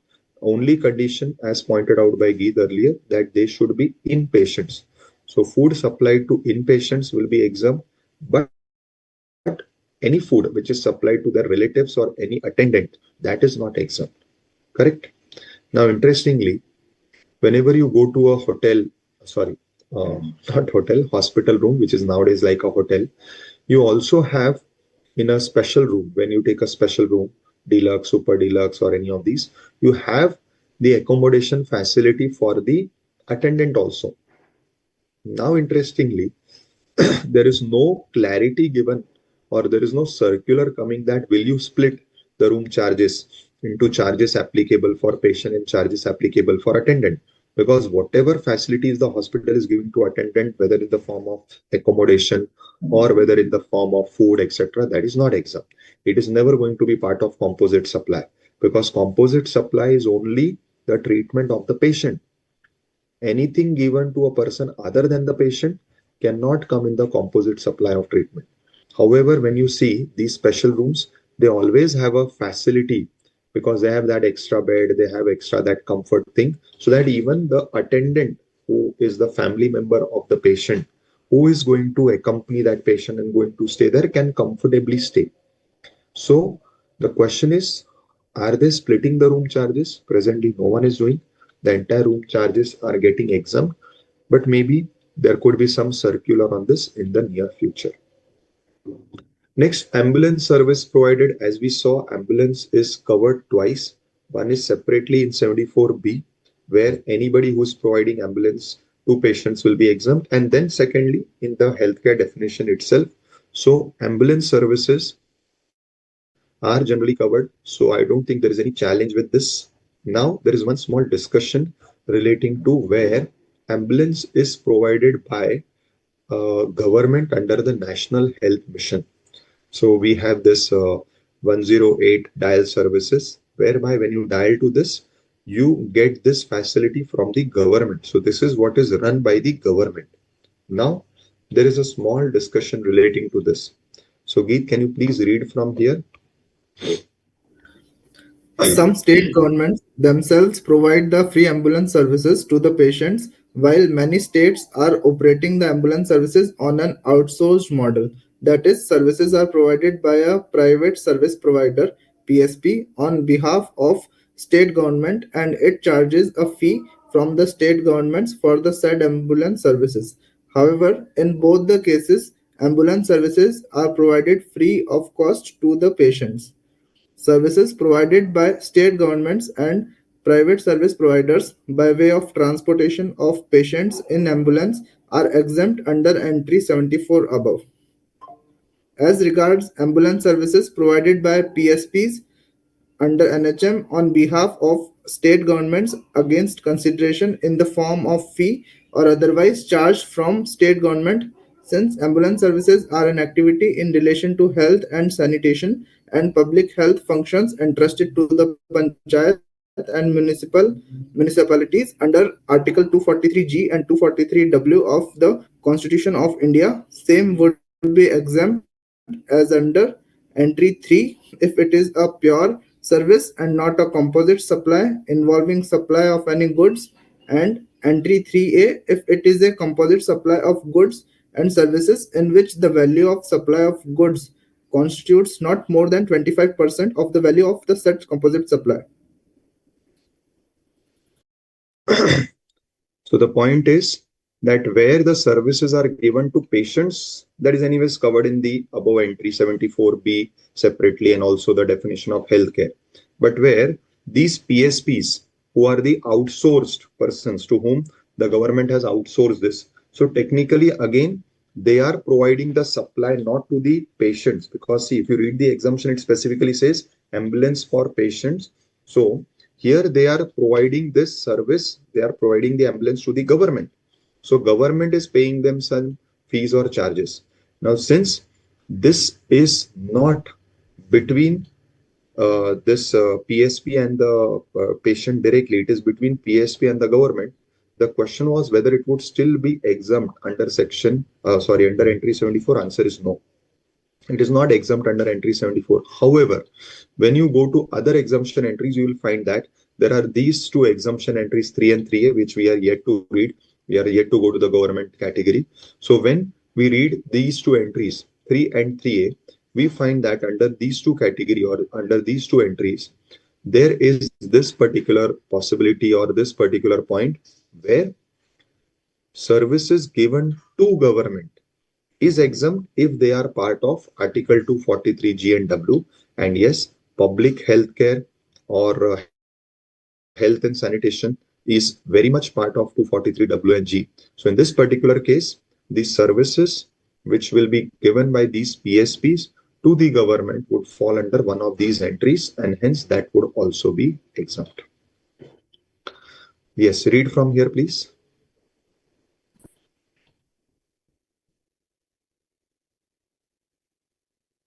Geet. Yes, sir. Sorry, sir. Supply of services other than healthcare services, such as renting of shops, auditoriums in the premises of the clinical establishment, display of advertisements will be subject to GST. Now this is interesting.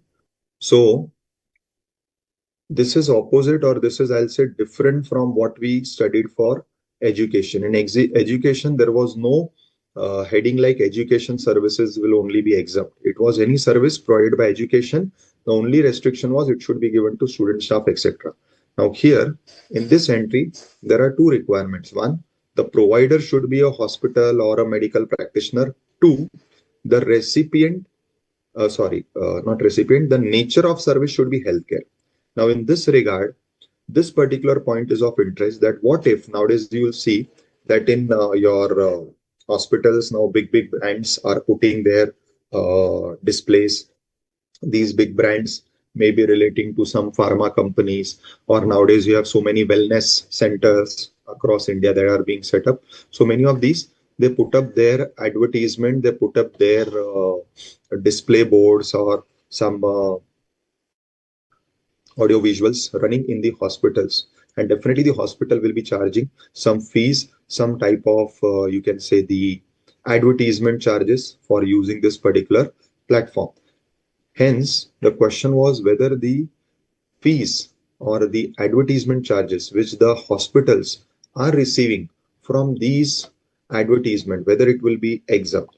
Secondly, in hospitals nowadays we have multiple types of nowadays hospitals are a multi-story building, and you have all the facilities which includes restaurants, canteens, which you also have the medical what you say the pharmacy shops, which are actually not owned by the hospitals because they are not allowed as per the state laws. So all these shops are also paying rent to the hospital. Then thirdly, hospitals have started renting out their premises, like their auditoriums and all. So all these things, the question was, what will be the tax treatment? The answer is they all are liable to GST because they are not falling in entry 74. They are not falling in the definition of healthcare. Correct? Proceed, beta. Services by way of assisted reproductive technology ART procedures such as in vitro fertilization IVF. As per the definition of healthcare services given earlier, it means any service by way of diagnosis of or treatment or care for illness, injury, deformity, abnormality, or pregnancy in any recognized system of medicine in India, and includes services by way of transportation of the patients to and from a clinic establishment, but does not include hair transplant or cosmetic or plastic surgery except when undertaken to restore or to reconstruct anatomy or functions of body affected due to congenital defects, developmental abnormalities, injury, or trauma. Since the abnormality, disease, ailment of infertility is treated using ART procedures such as IVF, it is clarified that services by way of IVF are also covered under the definition of healthcare services. Now, this was the main question that Now, this first part is the whole definition, that whether the definition of healthcare would cover nowadays these specialized services that we are taking, that is of IVF, whereby what they are doing is they are using the ART. ART is the assisted reproductive technology, where artificially they try to place uh, what it is called. I'm forgetting that word. So they take the uh, egg and they artificially in the test tube they what is that word? I think fertilize it or something. There is a word for this IVF treatments. And then they implant it in the womb by fertilizing that egg, something like this. I'm forgetting the word.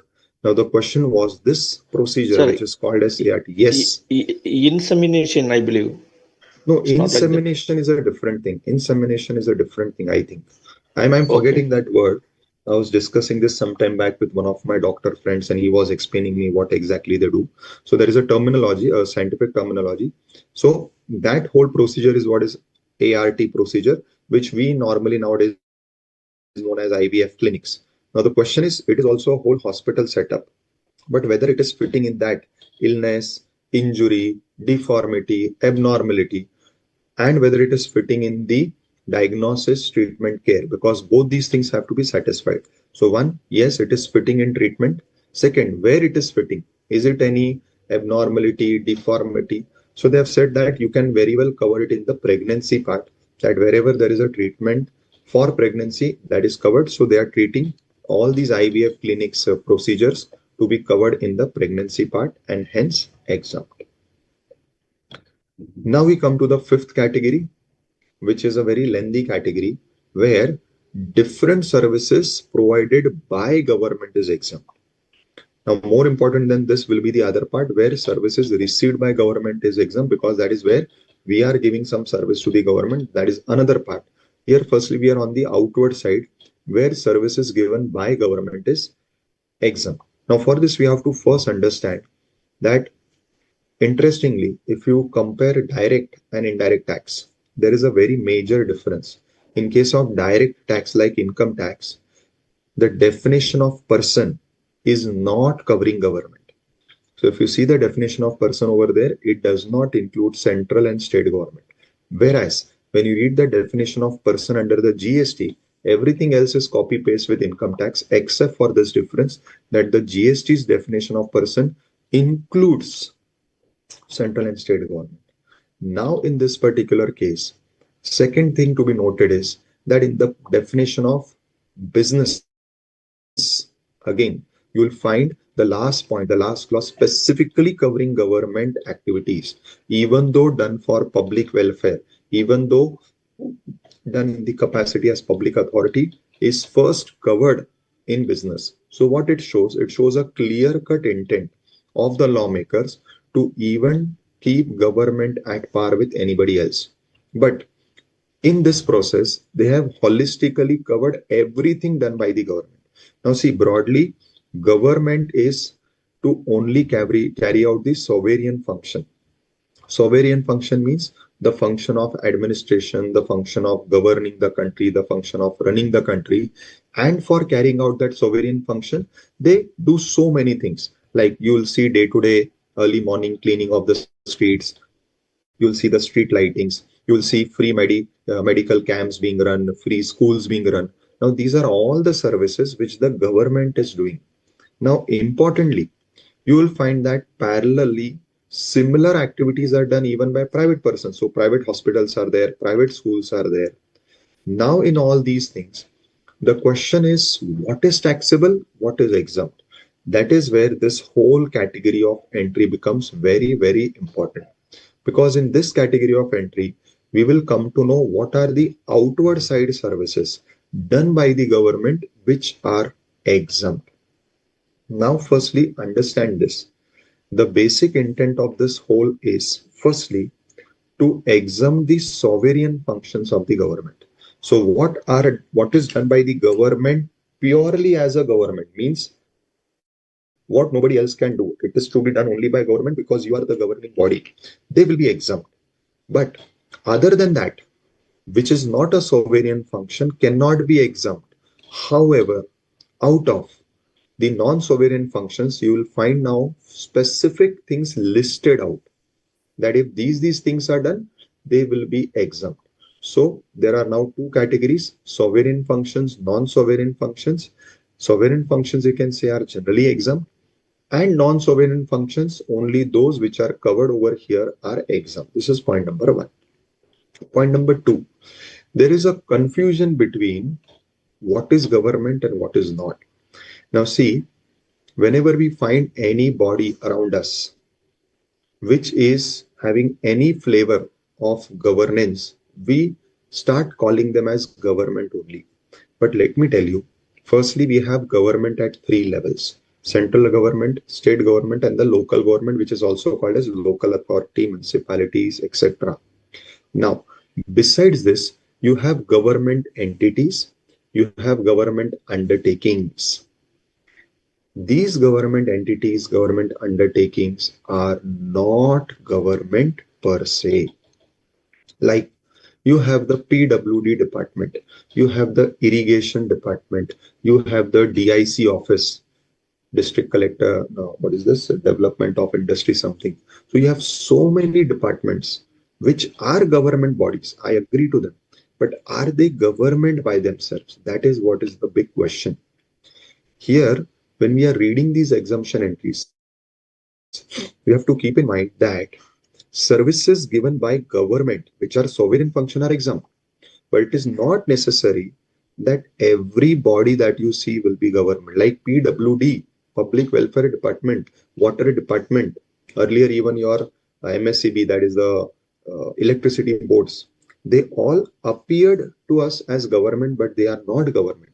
They are government owned undertakings, or they are governmental authorities, they are governmental entities, but they are not government. See why we confuse them. In fact, people call LIC also as government. It is not. It is a statutory corporation. Correct? So these are not governments. These are organizations, these are entities which are maybe controlled, which are regulated by government. Yes, their employees are having the same pay scale as applicable to a government employee. They have the same grade, same classification, everything agreed. But they are not government per se. So this is where that differentiation is very important, that who is government, who is not, because majority of these exemptions you'll find are applicable to government per se. Some of them are given to government entities, government bodies. So when you're reading these exemption entries, which are otherwise very plain theoretical, we have to be more attentive on whether these exemptions are to government per se or to all these bodies and entities and undertakings of government. This is what we need to be very much clear. Correct? Let us start. So please read. Services provided by government. Entry number 4. Services by government authority by way of any activity in relation to any functions entrusted to a municipality under Article 243W of the Constitution are exempt. Entry Okay. number 5. Services by a governmental authority by way of any activity in relation to any function entrusted to a panchayat under Article 243G of the Constitution. Now, this is again read. You will find that here it is not the government who is this doing this, it is the governmental authorities which are doing. So all these gram panchayats, so not gram panchayat, sorry, it is local authority, these ZP, Zilla Parishad, or your PWDs and all these, they are coming under this. Now, when they are engaged in any such activity which is a function entrusted to municipality or which is a function entrusted to gram panchayat as per the constitution articles 243 WG, and these activities are done by the governmental authorities, that is what is exempt. So here government is not exempt, the activities done by governmental authorities is exempt, but provided they are falling in this article 243 W or G. So like you go to many of these bodies for taking some permissions, for approvals, for licenses, all those will be exempt if those bodies, whatever approvals, licenses they are giving, are pertaining to one of the functions which are entrusted to municipality or panchayats. And the list is given in Article 243W and G. Now, both these entries or other further entries after this 6, 7, 8, 9, these entries are now pertaining to services performed by government. Please read. Services by the government, by the central government, state government, union territory, or local authority, excluding the following services: services by the Department of Posts and the Ministry of Railways, Indian Railways, services in relation to an aircraft or a vessel inside or outside the precincts of a port or an airport, transport of goods or passengers, or any service other than services covered under entries A to C above provided to business entities. Okay. Now, this part is, according to me, the most important part. What it is saying, there the services are by central state government. Fine. Plus the union territories, because whenever you read state government, we read parallel union territories, and also by local authority, but not by any other government body or undertaking. Now, any service which is provided by government per se is exempt, except these four. So, except these four, any services done by government is exempt. Now, what are these four services which are taxable? They are services which are done by Department of Post and also by the Ministry of Railways. Not railways, Ministry of Railways. So there is a difference between services done by railways, that is what is the transport service. This entry is not covering that. It is covering the Ministry of Railways. Then services in relation to aircraft or vessels. So all the port services, they are what are covered over here. Third, goods and passenger transport. So here all government run buses, all these things are covered. Now the interesting part is when you are traveling by government bus or even for that matter train. Today we don't have a government airlines, but when you are traveling by these, they are excluded from this entry. So indirectly, at least as per this entry, they are taxable. But we all know that is not the case because you have a separate entry for passenger and goods transport exemption. Over there, many of the passenger and goods transport will get exempt, including the government transport. But for the purpose of entry 6, firstly, all the transportation done by government is fully taxable. Again, I repeat, but because of the further specific entries, which gives general exemption to transports of goods and passenger done by anyone, over there, the government goods and passenger transport service will get exempt, but they will be exempt under those specific entries and not under this government entry. Then comes this most important part. Any service other than the above three, which is provided to business entities. Now, this part makes a very big departure from the rule that government sovereign functions are exempt. They are exempt, but they are exempt only when they are done for common public. The moment they are done for business entities, they will be taxable. However, when you are reading this, you have to read this along with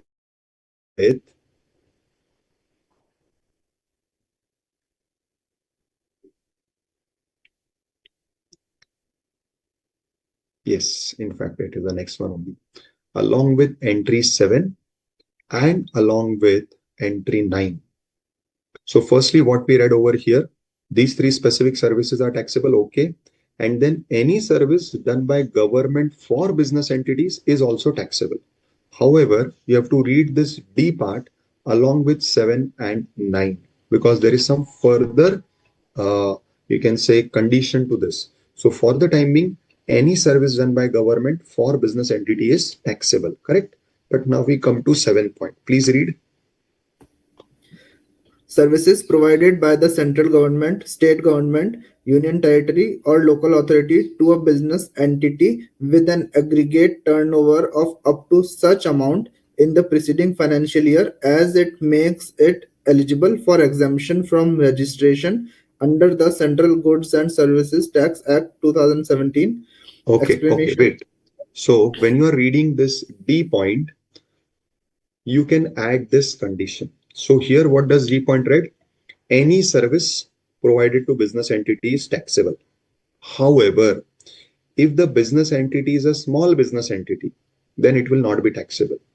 So what is a small business entity?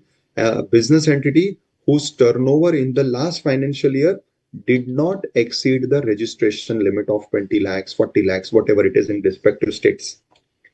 So it means in this point only, I will just add a word, any service provided to big business entities or large business entities. So when you're reading this, you yourself add a word over here, large business entity. And what do you mean by large business entity? Business entities whose turnover has crossed the turnover limit, sorry, registration limit. So if their turnover has not crossed the registration limit, again they are to be treated as common public, and then the services given by government to them will be exempt. But if they are big business entities, that is a turnover has crossed the registration limit in the last year, then the services given to them will be taxable. But again, it has to be read with point number 9. Come to point number 9. Services provided by central government, state government, union territory, or a local authority where the consideration for such services does not exceed rupees 5,000. Okay, so again I come back here and I add this point also. So now how will I read clause D? I will say what is taxable? Any service provided to large business entity where consideration exceeds 5,000. So two riders have been added in this. One, the business entity should be a large business entity, that is whose turnover has exceeded the registration criteria of 20 lakhs, 40 lakhs, whatever it is. And second, the value of service also should exceed 5,000. So in short, small business entities will always remain exempt, and large business entities to whom the service amount is below 5,000 will also remain exempt. So this is the effect of reading these three entries combined. Is this clear to all? Fine. So students will take a 15 minutes break now, and we will come back and read the remaining portions of these entries, and we will go to the further entries. So we take a 15 minutes break here.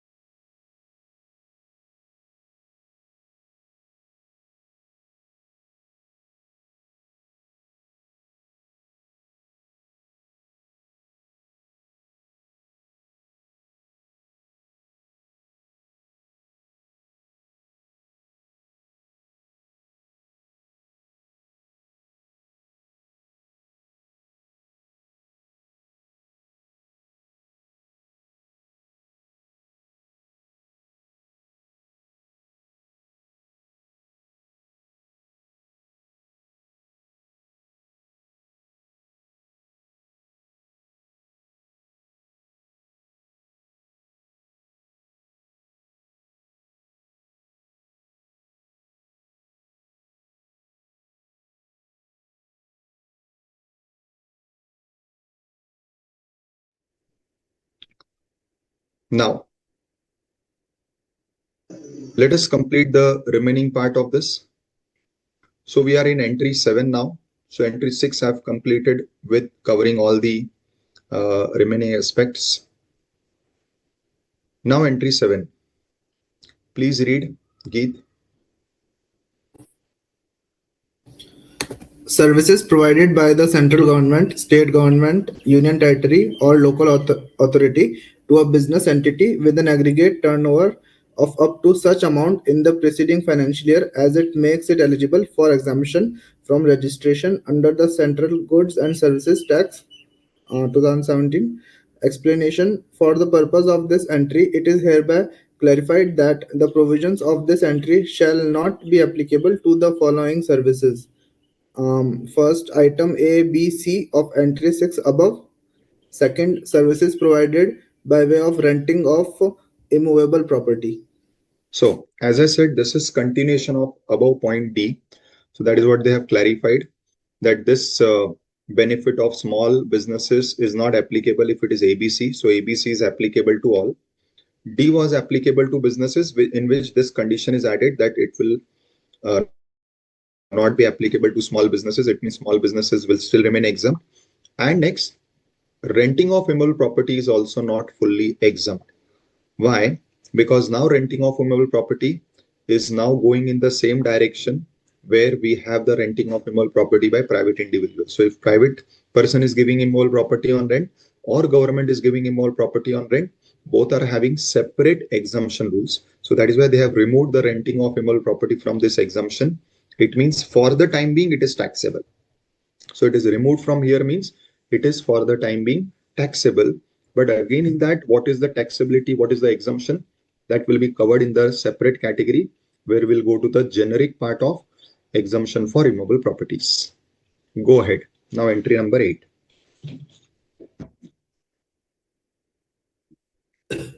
Services provided by the central government, state government, union territory, or local authority to another central government, state government, union territory, or local authority. However, Now this is what where there is inter-department service. So government giving to government, it is exempt. And again, it is saying, however, this will not cover ABC. So ABC are those entries which are always taxable. Read this.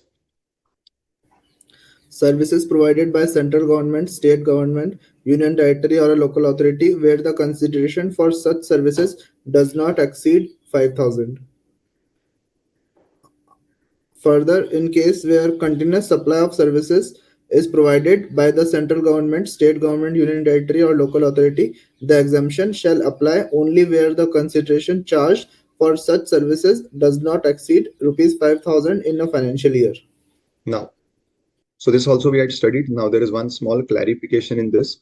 So firstly, where the value of service is below 5,000, they do not want to tax that service. So smaller services, you can say, are exempt. Now, one thing is clarified, that where government is providing a continuous supply of service. So continuous supply means like construction and all. So all these services are continuous supply of service. In this case, how does this 5,000 will be checked? Because continuous supply will be running for a longer period of time. So whether you will see the whole continuous supply of service for deciding 5,000, they have said no, we will keep this 5,000 limit as per annum limit. Yes, go ahead. 9C. Services supply of service by a government entity to central government, state government, union territory, local authority, or any person specified by central government, state government, union territory, or local authority against consideration received from central government, state government, union territory in the form of grants. Now, what is this? Now, this is what I was talking about earlier. So, besides government, you have government undertakings, government entities who are not government per se. They are entities which are, you can say, started by or which are run by the government, but they are not government per se. Now, the point is that whenever government is giving them grants, so government is giving them, let us say, consideration. I'm using the word consideration. Why? Because these grants are not free. Against the grants, they ask these entities to provide some services. services. Obviously, so these entities will be providing services to the government because the government is giving them grants. So that is why I've used the word consideration. So whatever grants the government is giving to them, against that the government asks them to do some activities or services for the government. So it becomes a supply. However, 9C has been introduced to say that even if government is asking them to do some service against these grants, because of which these grants will make it a supply, it will be exempt because again it is government to government or it is intergovernment service. Now, this point is important. So this is where old age homes are being run. And here again, you get the reference of 12AA entity. So 12AA we had already studied above. There was a specific category at the start. But besides that, one more service you can add it in the 12AA category. That is this service. Please read. Services by an old age home run by central government, state government, or an entity registered under Section 12AA, 12AB of Income Tax Act 1961 to its residents aged 60 years or more against consideration up to 25,000 per month per member, provided that the consideration charged is inclusive of charges for boarding, lodging, and maintenance. So now what is this? We all know what is an old age home. Now, old age home may be run by government, may be run by private, or may be run by NGOs. Here, exemption is only when it is run by government. Again, government means specifically government, not government bodies. So it should be the central or state government per se. Or if it is run by NGOs or trusts who are again registered under 12AA AB of the Income Tax Act. When this type of combination is there, that it is an old age home run by any one of them, and it is for senior citizens. Now we know senior means who are aged 60 or more. Then this exemption applies, but this exemption has a cap. This exemption will apply only if the charges for this old age home is rupees 25,000 per month per member. So if the per member charge is up to 25,000 and it should include all charges, so lodging, boarding, so stay, food, everything, if that is covered in this, means it is not charged separately, indirectly. Otherwise, what people will do to fall in the exemption, they will separate the charge and raise separate bills. So they are saying that will not be allowed. It has to be part of the same price. So once that is done, it will be eligible for this exemption. Correct? Now, these are some very interesting and important pointers. Please read. 9E. Services provided by Ministry of Railways, Indian Railways to individuals by way of sale of platform tickets, facility of retiring rooms, waiting rooms, cloakroom services, battery operated car services. So nowadays on platforms, these services are provided. See, these are not transport services. The ticket that you buy is a different thing. So Indian Railways giving you ticket is a different service that will be covered separately in transportation. Correct? So let us not mix that over here. That is a different service. These are the extra charges that you are paying nowadays. So platform ticket we already had. Nowadays we have these waiting room charges you are providing. You are provided AC waiting rooms. We have the clock room charges where if you are going to be there for a day or two and you want to keep your luggage safe, you can keep it in the clock room for per hour charge basis. And nowadays for moving between the station, if the station is long or there are multiple platforms and you want to go from one place to another, you have these battery operated cards, same on the lines of airport. So all these services are chargeable services and this entry is exempting those services. Correct? Go ahead.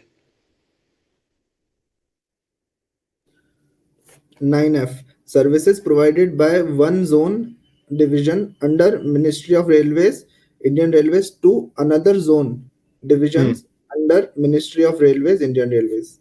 See, now this is what.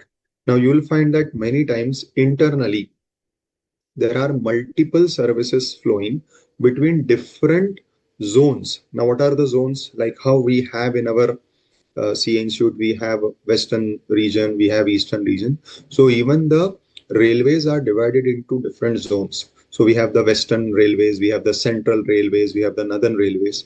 Now, internally, they give services to one another. Like if a Central railway train is going to some northern railway stations. So obviously it is using the facility of northern railways. So it is using all the services of the what you say, the platforms, the services of the linemen, everything. So for that, the northern railway will charge to the western railway.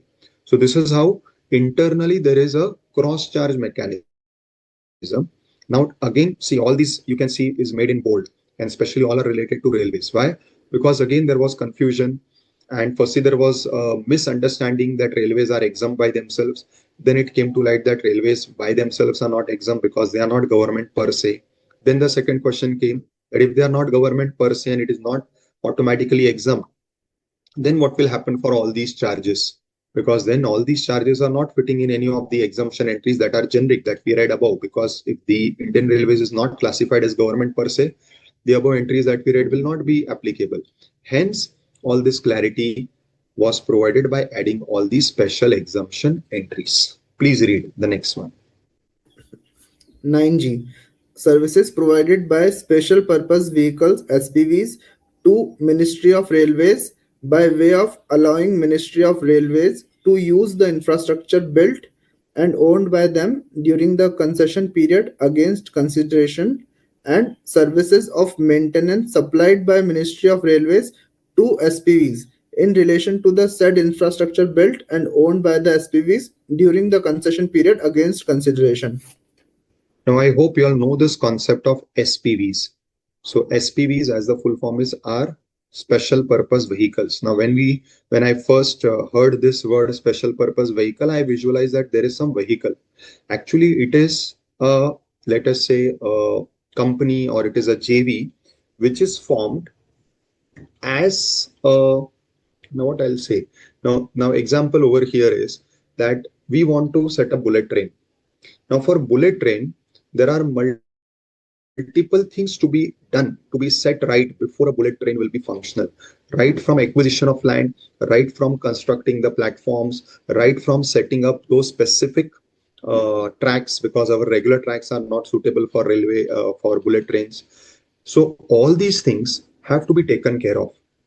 Now, earlier the model was everything government was doing, but then we all know that when it is government to be done, then for every small thing, you have to move the file, and the file will move from multiple departments, and it will take months and years for one small permission to be granted. So for every small activity, you will have to go to the government and the department. So to avoid that, what new methodology has come up, that government, once it has decided that I want to run a bullet train, they will pass one whole budget. Let us say they will allocate 25,000 crores, and then this 25,000 crores are then given under the disposal of a special entity called as the SPV. So now all the decisions are taken by the SPV, and yes, there is a regular audit, there is regular reporting by the SPV to the ministry. That is a different thing, but this is to reduce the in between time which was normally lost because of internal communication in the department. So now every department of government, here we are taking example of railways because this exemption is relating to them. Now for every department of government, this mechanism of SPV is in place, whereby these special purpose vehicles, that is the entities, JVs, are formed, are floated, they are given the budget allocations, and then they take care of the entire execution of process end to end. So now here, whatever are their charges, because if they are taking end to end, they will be charging something. So that again is made exempt, because what they are charging is coming back to government only. So to avoid unnecessary internal GST implications, it has been made exempt. Few more entries. Please read. 24C. Services by the Department of Posts by way of postcard, inland letter, book post, and ordinary post envelopes weighing less than 10 grams. So now you saw above in the first entry, entry 6, the services of Department of Post is made fully taxable. So firstly, it is fully taxable. Now within that, these services, now you can keep one thing back of the mind. You will find that the services received by common man is everywhere made exempt. So these services of postcard, inland letters, and even the envelopes where the weight is less than 10 grams, these are the services generally used by common man of the post. So that is what is made exempt. Go ahead. 34A.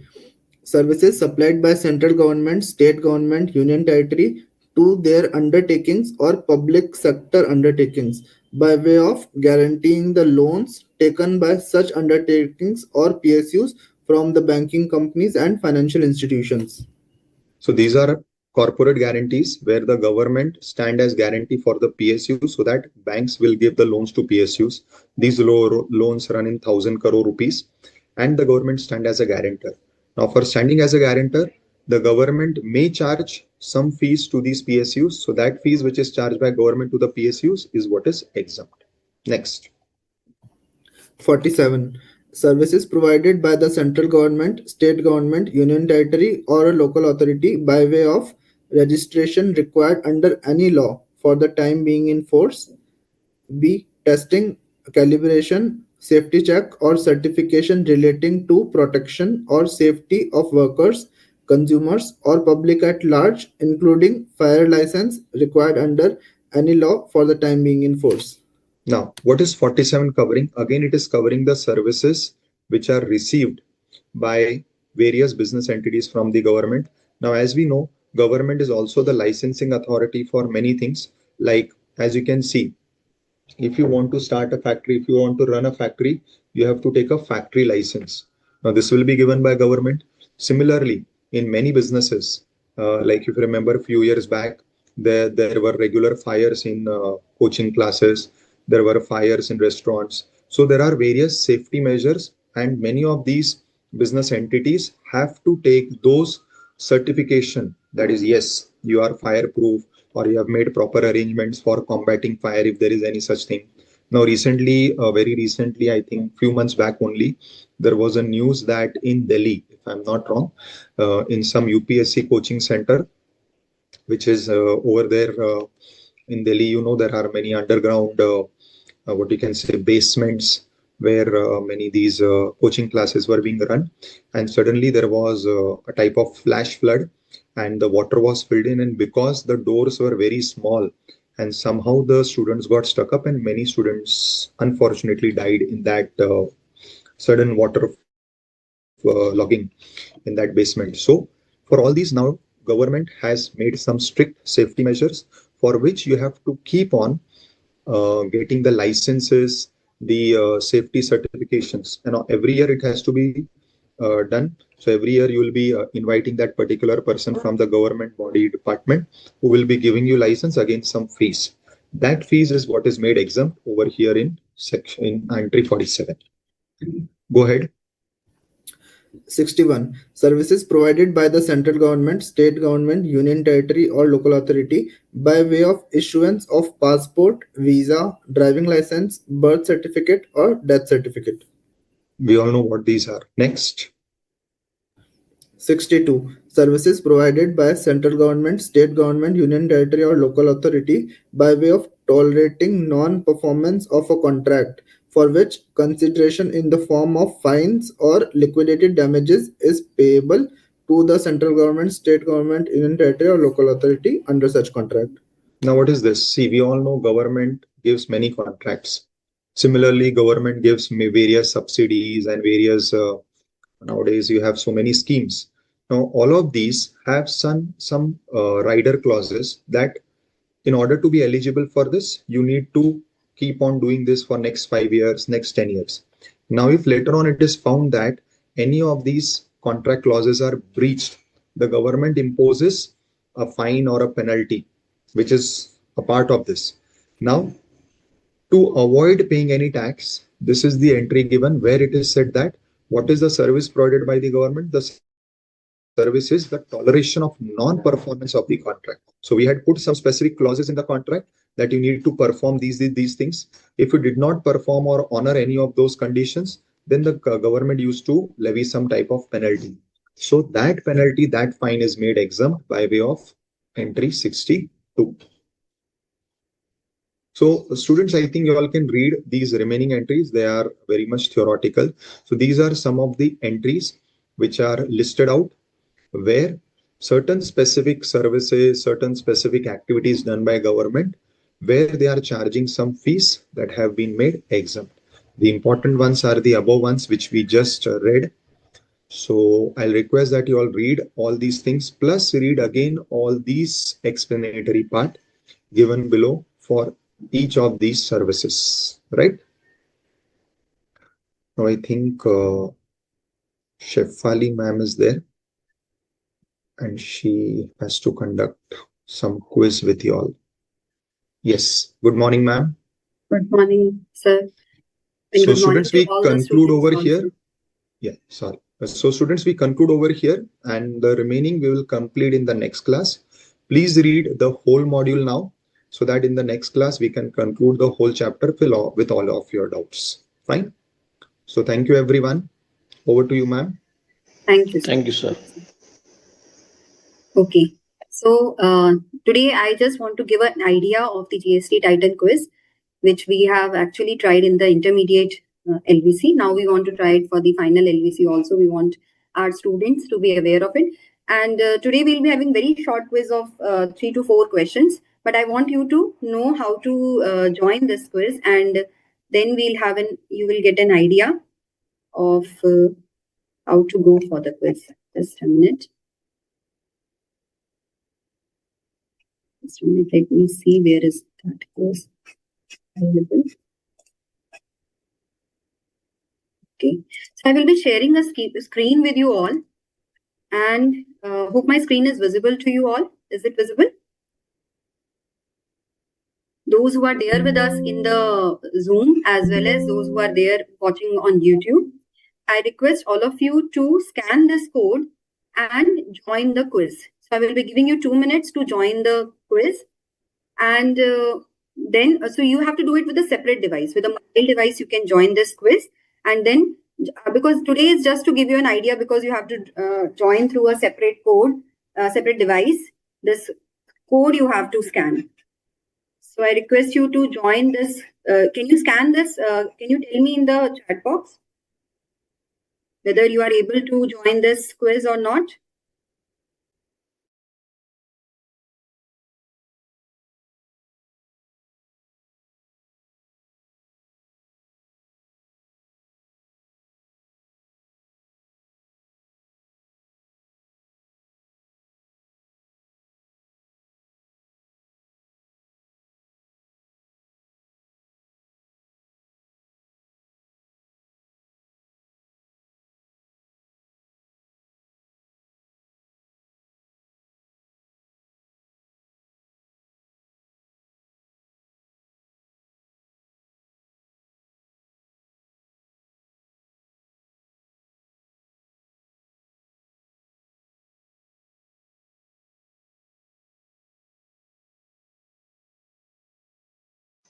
Ma'am, you are muted.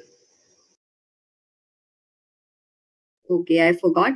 Yes, so I just want all of you to join. I will give you 2 minutes to join. So those who are in YouTube, if they want to join some of them, then we'll start the quiz.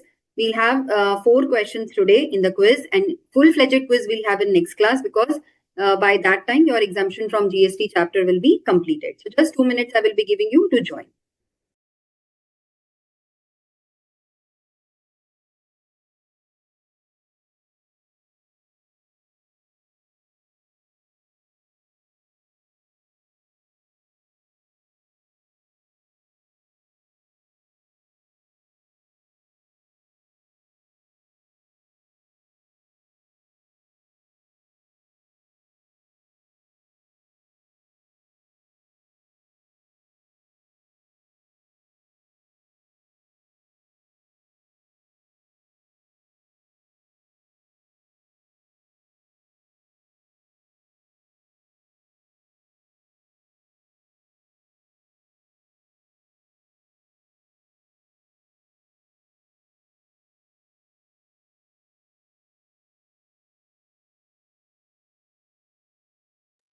So we have 5 participants with us, and we are starting the quiz. Okay. And you will be getting the questions on your screen. On here also you will be getting the questions, and the app where you have joined, the device from which you have joined, you will get the questions there also. So we are starting with the quiz. The first question of, and you will get a leaderboard. We'll get a leaderboard also, that who is on top, and then the sequence. So we are starting. The first question for the GST Titan quiz for the day is here. ABC Trust, a charitable trust registered under Section 12AB of Income Tax Act, is registered under GST in Rajasthan. It provided coaching for cricket to teenagers, yoga training to middle-aged people, and skill development services to persons over the age of 65 years residing in a metro city in the month of June. Now, which of these services he is liable to pay GST? You have 4 options. You have 30 seconds with you. In fact, there was more time for you to read the question. So you can mark your responses. Click on the correct response, which is there as per you. Try to recall the definition of charitable activities.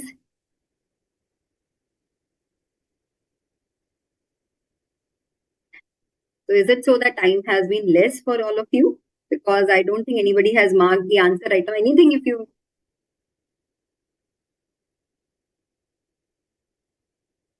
Okay.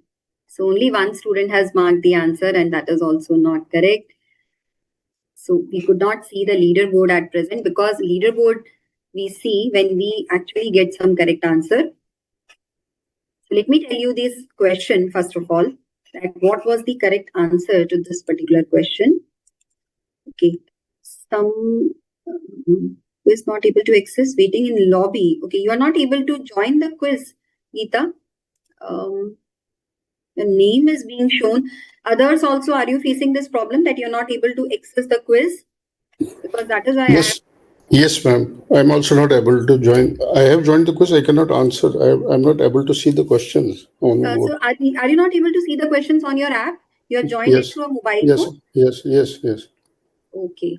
Let us then once again start the quiz. I will once stop the quiz then in that case, and we'll start it again so that you can join it. Just a minute.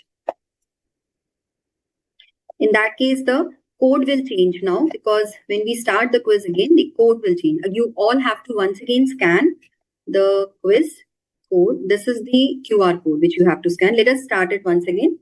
I don't know why this problem is persisting, maybe some technical issue.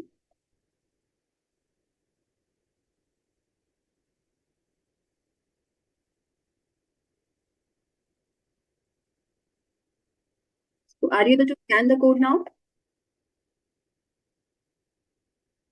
You can unmute and you can let me know.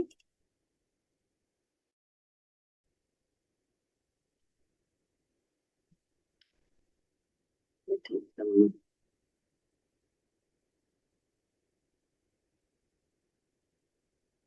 so 3 of you have already joined. Let us see.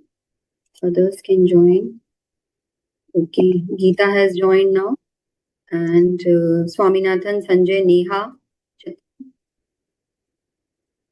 and Gyanendra. Okay, I think we can start with the quiz now because this way today you will get an idea of the quiz. Next time we'll play the full-fledged quiz with all of you. I think I can start the quiz now, and please let me know in the chat box if you are now able to answer the questions, because then only this quiz will actually catch up the pace. So I'm starting. So first question of the quiz is there on your screen. Same question will appear, but since I thought that time was also less for that question, so now you have got an idea of that question, you can answer it now. So again, the same question is there. I will not once again read it out for you. You can mark the answers, and please let me know if you're able to mark the answers now.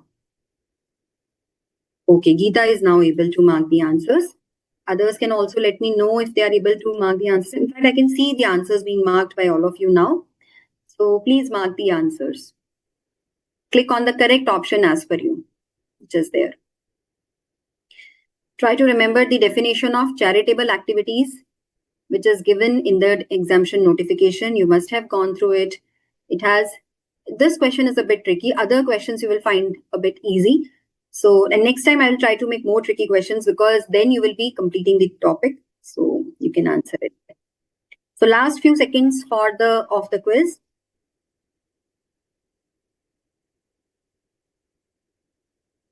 Five of you have marked the answer. What about the last one? Okay. So time is up. So Neha has marked the correct answer, and Let's see the leaderboard, because only one person has marked, but I want to see that how our leaderboard is appearing. And I will also see how many options. So which of the options most of you have marked? So this is the leaderboard. In fact, two of you have marked the correct answer, I suppose. Neha and Chitra have marked the correct answer. Neha on the top, maybe because she has marked it early. It depends on so it takes into account the time also, which you take into answering the question. So the question says ABC Trust, a charitable trust, is registered under Section 12AB. Now it is registered under GST in Rajasthan. It is providing, now this is the services provided by a charitable trust registered under Section 12AB of the Income Tax Act. If it is providing charitable activities, then that is exempt under GST. All of you know that, you have done it in the class. Now, in fact, it is showing only one of you as marking the correct option, because this option is marked by only one of you. So it has provided now you remember, try to recall the definition of the charitable activities. Charitable activities include the yoga training, the services by way of advancement of yoga. So yoga training provided to anybody, maybe a young person, teenager, or an old age person, that will be exempt because it is for advancement of yoga. And then we have the skill development. It also includes skill development services provided to persons over the age of 65 years, but they should be residing in an in a rural area. Now here in this case, skill development services are being provided, though they are being provided to persons over the age of 65 years, but they are residing in a metro city. So that will not be covered under exemption. That will be taxable, or that will be liable to GST. And the last point was the coaching provided to teenagers. Now this is a separate entry, training or coaching in sports provided by a charitable trust registered under Section 12AB is again exempt. So that is also exempt. So out of the three services provided by this charitable trust, only one service is taxable, that is skill development services provided to persons over the age of 65 years. Why? Because it is not provided in a rural area. It is provided in a metro city or an urban area. So I hope you got this point now. Because main objective is to make you to apprise you of the finer points in the exemption chapter. Okay, I'm getting okay. No, answer is not yoga plus skill development. Answer is skill development services, Geeta. The correct answer is skill development services. That is the last point. Skill development services provided to persons over the age of 65 years. Yeah, yes, ma'am. When it is provided in the rural area, it is exempted, but it is provided in the urban metro city, hence it is taxable. It is taxable. So that was the point which you had to catch. Right, ma'am. Thank you. Okay, at least you got the point now. That was the main point. You should know the finer points. So we are coming to next question. All of you be ready with your devices to mark the correct option. Which of the following services relating to agriculture are not exempt from GST? Loading, unloading, packing, storage. See, not exempt from GST. I'm asking not exempt from GST. So first is loading, unloading, warehousing of rice, milling of paddy into rice, agricultural extension services, renting of agro machinery. I hope this one is a bit easy as compared to the earlier one. Let us see how you all perform in this particular question.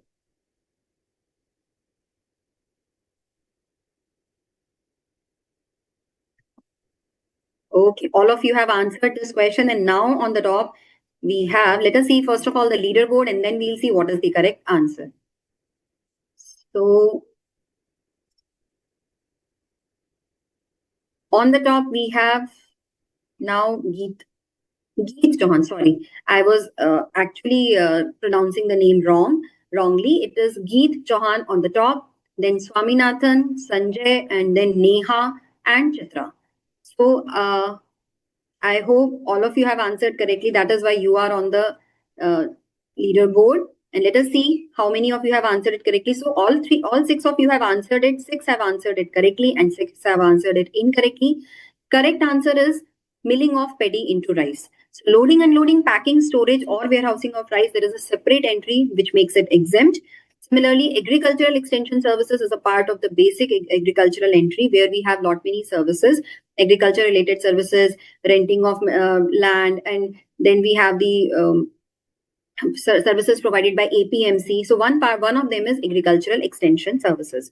So only milling of paddy into rice, which is clarified by way of a circular, is a service which is not exempt under GST, on which GST is payable. So I hope this is clear to you all now. We can move to next question.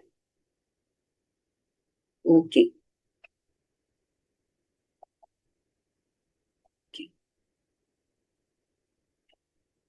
Next question is there on your screen. Which of the following educational services are not exempt from GST? Again, not exempt from GST.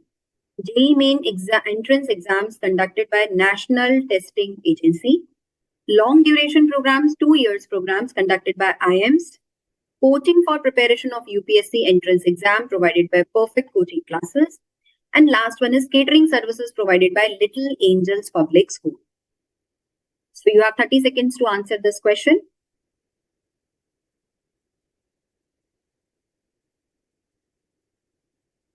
But keep in mind that you have to answer the service which is not exempt under GST.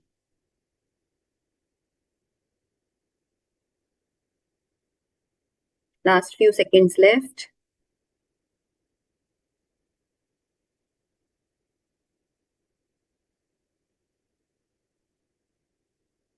Okay.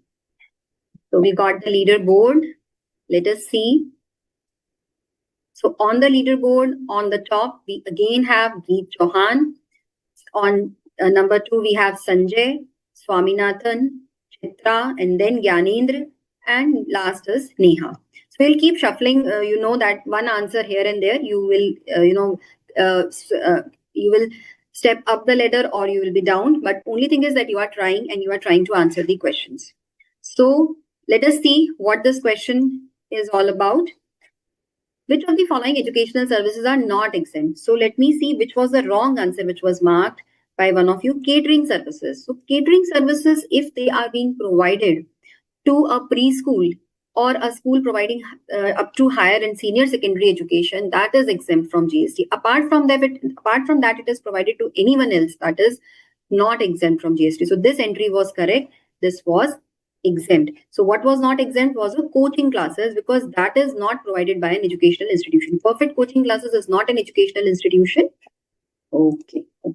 So all of you, I hope you got that point. Now we'll be having the last question of the day. In fact, I had planned more questions, but you have till the point you have covered the chapter. Only that I will be able to test. So last question of the day, and that will decide who is GST Titan of the day, because the one who is on the top of the leaderboard, that will be GST Titan for the day. Only 4 questions were there because today I just wanted to give you an idea of this quiz. We'll try to have such quizzes in the future sessions. Okay. So next question is there on your screen. Be ready with your devices. Which of the following services provided by Healthy Wealthy Nursing Home are not exempt from GST? Again, not exempt. Renting of rooms with per day charges of 6,000 to inpatients, food supplied to inpatients, healing of patients through naturopathy, services provided to intensive care unit for which 12,000 per day are being charged. So you have 40 seconds to check the answers, review the question and answer it. Oh, all of you answered. That is very good of you that you didn't even take 30 seconds to answer it. And I'm very, very happy to see that all of you have answered it correctly. That is renting of rooms per day with charges of 6,000. So anything in excess of 5,000, that will be exempt. Only in case of ICU, CCU, CICU, it is not, this threshold limit is not applicable. So all of you have answered it correctly, and all of you deserve an appreciation and acclaim, applaud that you have all answered it correctly. So let us go to the leaderboard. And that will, okay. So GST Titan for the day is Geet Chauhan. Very good, Geet. Congratulations that you have been on the top. And followed by on number 2 is Swaminathan. So congratulations to all of you who are there, because you all have participated. You all have learned something new. Sanjay on number 3. Then Chitra on number 4. 5th is Gyanendra and 6th is Neha. So all of you, and it's just a matter of few seconds by which you must have marked the answers that had made you 3rd, or that might have taken you to number 6 or 5. That does not matter. What matters is you have actually attempted the quiz. So with this, we come to an end of the quiz because whatever topics we have covered, we have already taken the questions. With this, we come to an end of the quiz. So, Swaminathan, yes, you can ask the question. Yes, Swami, please. Ma'am, you can end the quiz so that it will throw the first prize, second prize, third prize, only 3 level always. I didn't get you, sorry. See, you can end. You can click at the end button of the quiz. Okay, Very I got your point. Yeah. I got your point. Because that way you will be able to get the result, final result. Is it so? Yes, ma'am. Okay. I have to see from, yes.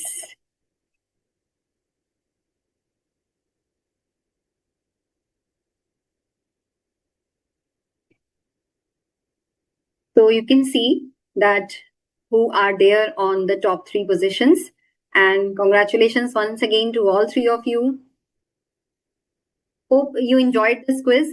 Okay, I had not shared my screen, so you could not see the top 3 persons which I was able to see. I forgot to share that screen at that point of time.